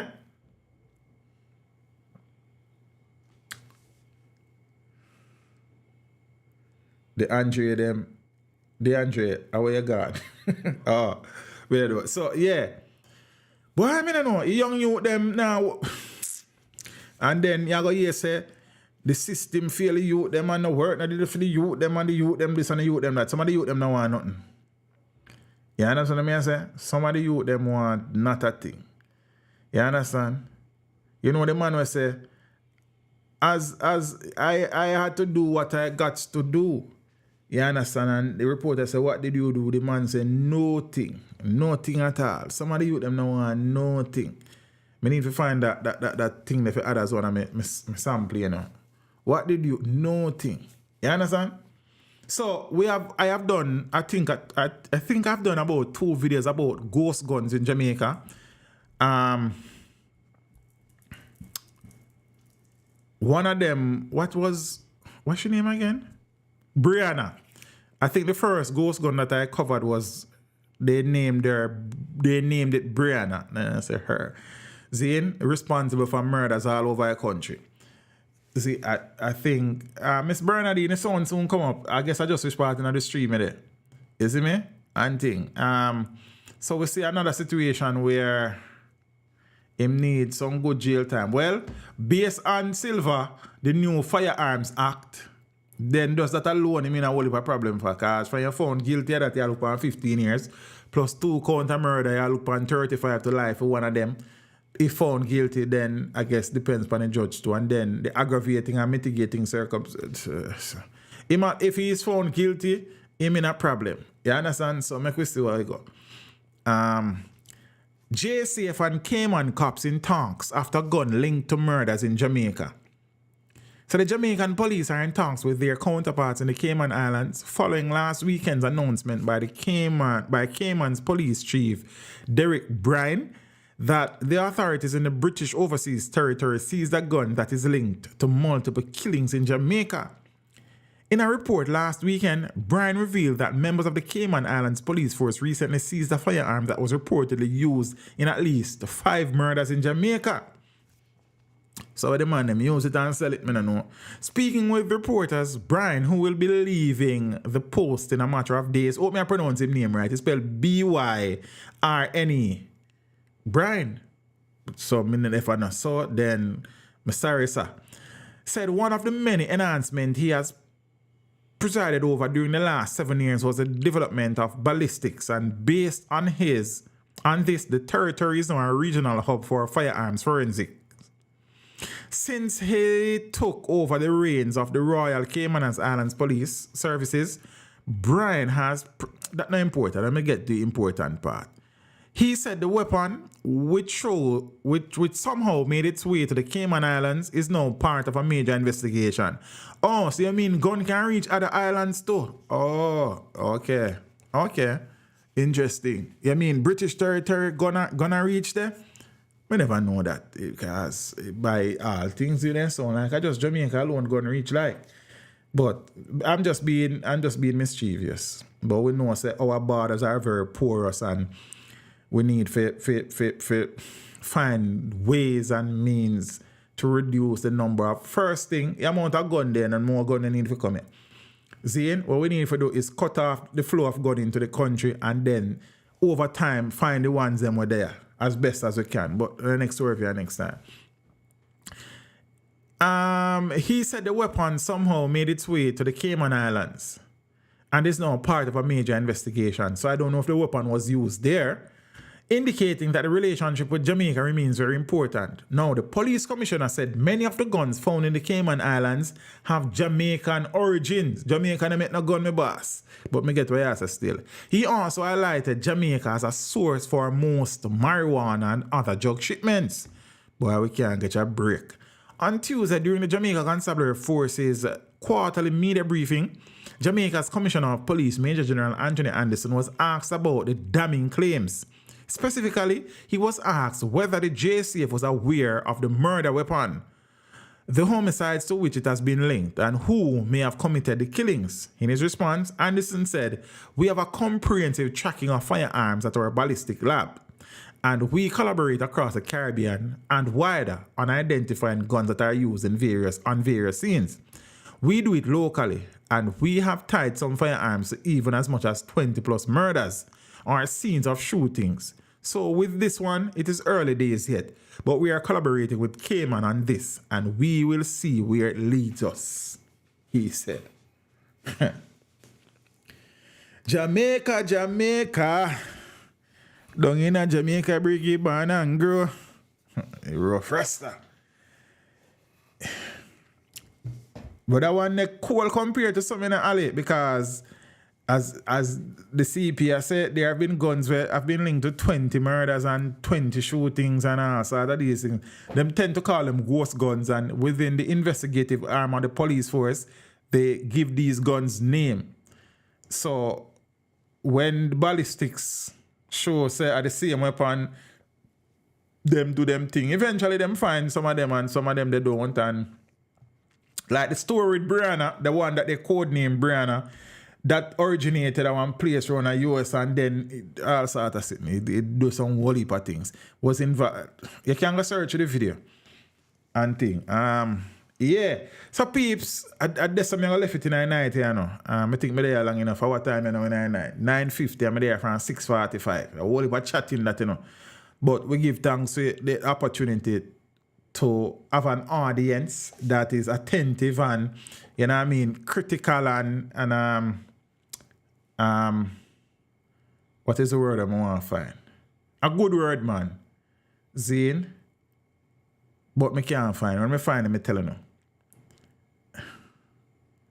I don't know a word right now. But uno keep the thing on a level, share on the views and disagree and agree on them something. And that make the thing work. You understand what I say?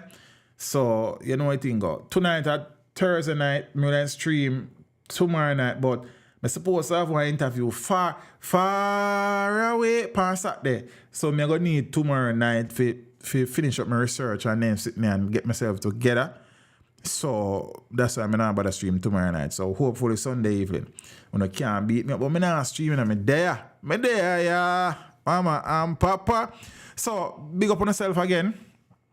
It was an interesting discussion about the one done sentencing thing and at least trying to bring some facts to the table and to dispel some incorrect notions, Zane, because we just need to treat with the facts. It's okay that we are emotional about these things, but sometimes we are casting the blames in the wrong places because of how we feel about some people already, or because of what we hear next man say, our favorite vlogger around us say, and them something there. Analytical. Brains, you see, then you see a man named Brainwork Clever.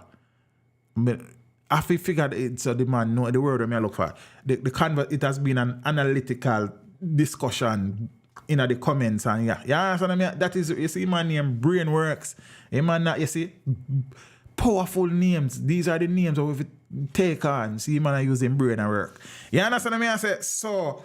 Big up on yourself. I know that some people still leave and them not really take away nothing from what we discussed tonight. And some people still have them preconceived notion and you can't tell them nothing. You understand? That is okay. What I did, I took the opportunity to share the information that exists. So he who have ears, let him hear. You know the thing go. But sometimes we need to just step back and look at the thing for what it is. Zane. Aquino, say a word, brother. I'm sorry for hear that. So I hope the recovery will be full in very short order. But big up yourself every time, fam. I know so the ones them can't there every night. I know a thing, you know, brother. You understand? Means a reasonable youth, you know. You see me? And thing. But big up on yourself for there. As somebody just try to find the streaming formula. Cause yeah, I have accepted the fact that whilst I don't know all things and I cannot speak on everything, I think I'm competent enough to treat with a few things in a manner that needs to be in this space where so many people are just on the hustle and are intent on treating with misinformation to suit their agenda or the people that would work for agenda or if it just make $1. I don't think I can sit by and make that continue without bringing some balance to the discussion. Despite the criticism, and as I said, I have grown very adept and skilled at dealing with that. I have been doing this streaming part of the thing from about 2018 and the channel started 2016 and the criticisms have been many, you understand? Some very constructive and some otherwise, but we're still here, you understand? And all me look on it, when you talk in the comments or in the stream, engagement and me a benefit. So whichever way, whether positive or the negative, I mean still a win. You understand? So as something you look on it, I not have no time for every now and then me take on a one person. Cause sometimes I just like fix some people too. And me enjoy it sometimes. Sometimes it's just a comic relief for me. And me take on a one comment and run with some people. But generally speaking, everybody's entitled to their opinions and their views. Likewise, me, because I think me entitled to mine and so are you. So, but you know one thing, with social media, you can't get away from criticism. You can't, and one thing I never try to do, and I learned this from very early, I don't try to please anybody. So if it's a video me do, or attack me not try to please nobody at all. Me do the work, and who find value in it will accept the value, and who not find no value in it, move on. Argument done. Keisha Godfrey, I am an attorney in the States and did not follow this case at all. I watched your 2 videos on the sentencing and love that you did edit it. Most people believe court is like a movie, but good night, Lady Godfrey. It's good to see you. I think it's the first time I'm seeing you here. Yeah, man, the editing tech, court is a very slow process. But yeah, some people are say, it's hard to watch, but court is not a dance, it's not exciting like that. But yeah, man, hope to see you again, Lady Godfrey. It's always good to have people with different skill sets in the stream. So when I talk some things more time, you can correct me or point me to some good information. You understand?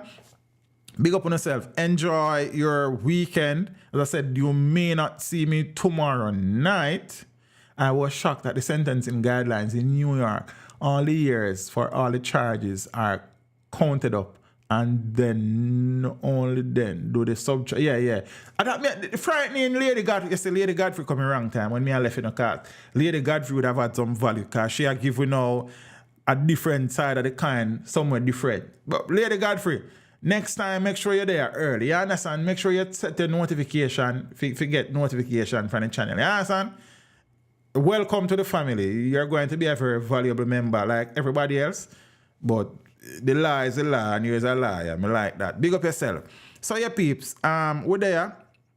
Appreciate the support as usual. You know what I think. You understand? Enjoy your weekend and I'll see you Sunday night. Hopefully. You see me? Definitely. Hopefully. Peeps, big up on yourself. If you're here for the first time, welcome. If not, keep coming back. Teach, the referee robbed me. Yeah. To be fair, DeAndre, you guys were treated very harshly in that game, and you guys were unfairly treated by VAR and the referee, the on-field referee. So I'm giving you that much. As a matter of fact, I think the game should be replayed. That is my humble opinion, but we can't take that from you. You understand what I say? You guys were really robbed this time. Peeps, be safe. Enjoy your weekend. I appreciate you guys so much. So you can continue to share the channel with your friends and family and watch the thing them and them something and them something and them something. But did for the news tonight, but then I couldn't bother with you reading here, man. So I come read and chat instead. I gone. Dion Tyrell, good night. Zane. Kerry, big up yourself, hope all is well on your side of the world. We're not too load up the thing. Hope everybody good on your side. Akino, hope you feel better soon, bro. DeAndre, big up yourself in the family. Give thanks. Silver D, all of the people in the building. Rosie, it's always good to see you here. Lady Cookie, Kanaika, Zane, Shannon, all of the people. Miss Roxanne Simpson, good night. I'll see you guys soon. Favorite BM Pressy, all of the people on the boat. What good. Step with ya. Safe travel upon the gravel. It's represented for extra class, saying we teach them. Little piece of my story, piece of extra class story. Yeah. A piece of my life, piece of my life. Hey, teach them, I give them the story. Hey, all right, Akina, me hear you. Extra class control country. Lock the place in the city. To deal with your music, I say. Did not have a place to stay, but I pray to Jah for a better day. Hey, teach them never stray. All right, Lady Keisha, big up yourself. And trying, man, working for a better situation. This is Duane Stevenson from Augustown representing for the real and official. Teach them, you saw me I say. You don't know, so wisdom is the greatest power, you know. And we say, yo, and we have power down to the powers. You saw me I say. Rocky. Yeah, expert, you don't know what I think, man. Big up Duane Stevenson when at the world of the other brother. We not even play out that. Yeah, from the streets of Augustown to the ghettos of the world. Them say I teach them, I gotta use them diamond and pearl, in the form of knowledge. You see me I say? Lady Teach them. Ermali, good night. Oh Lord. I think one of them sang the copyright issue with it. I'm not even sure which of them to play. But big up on yourself, piece. Now I work on a dub plate. I can't play them on too tough because you know YouTube and copyright business go. Can't keep up. You understand? Big up on yourself. I'm out.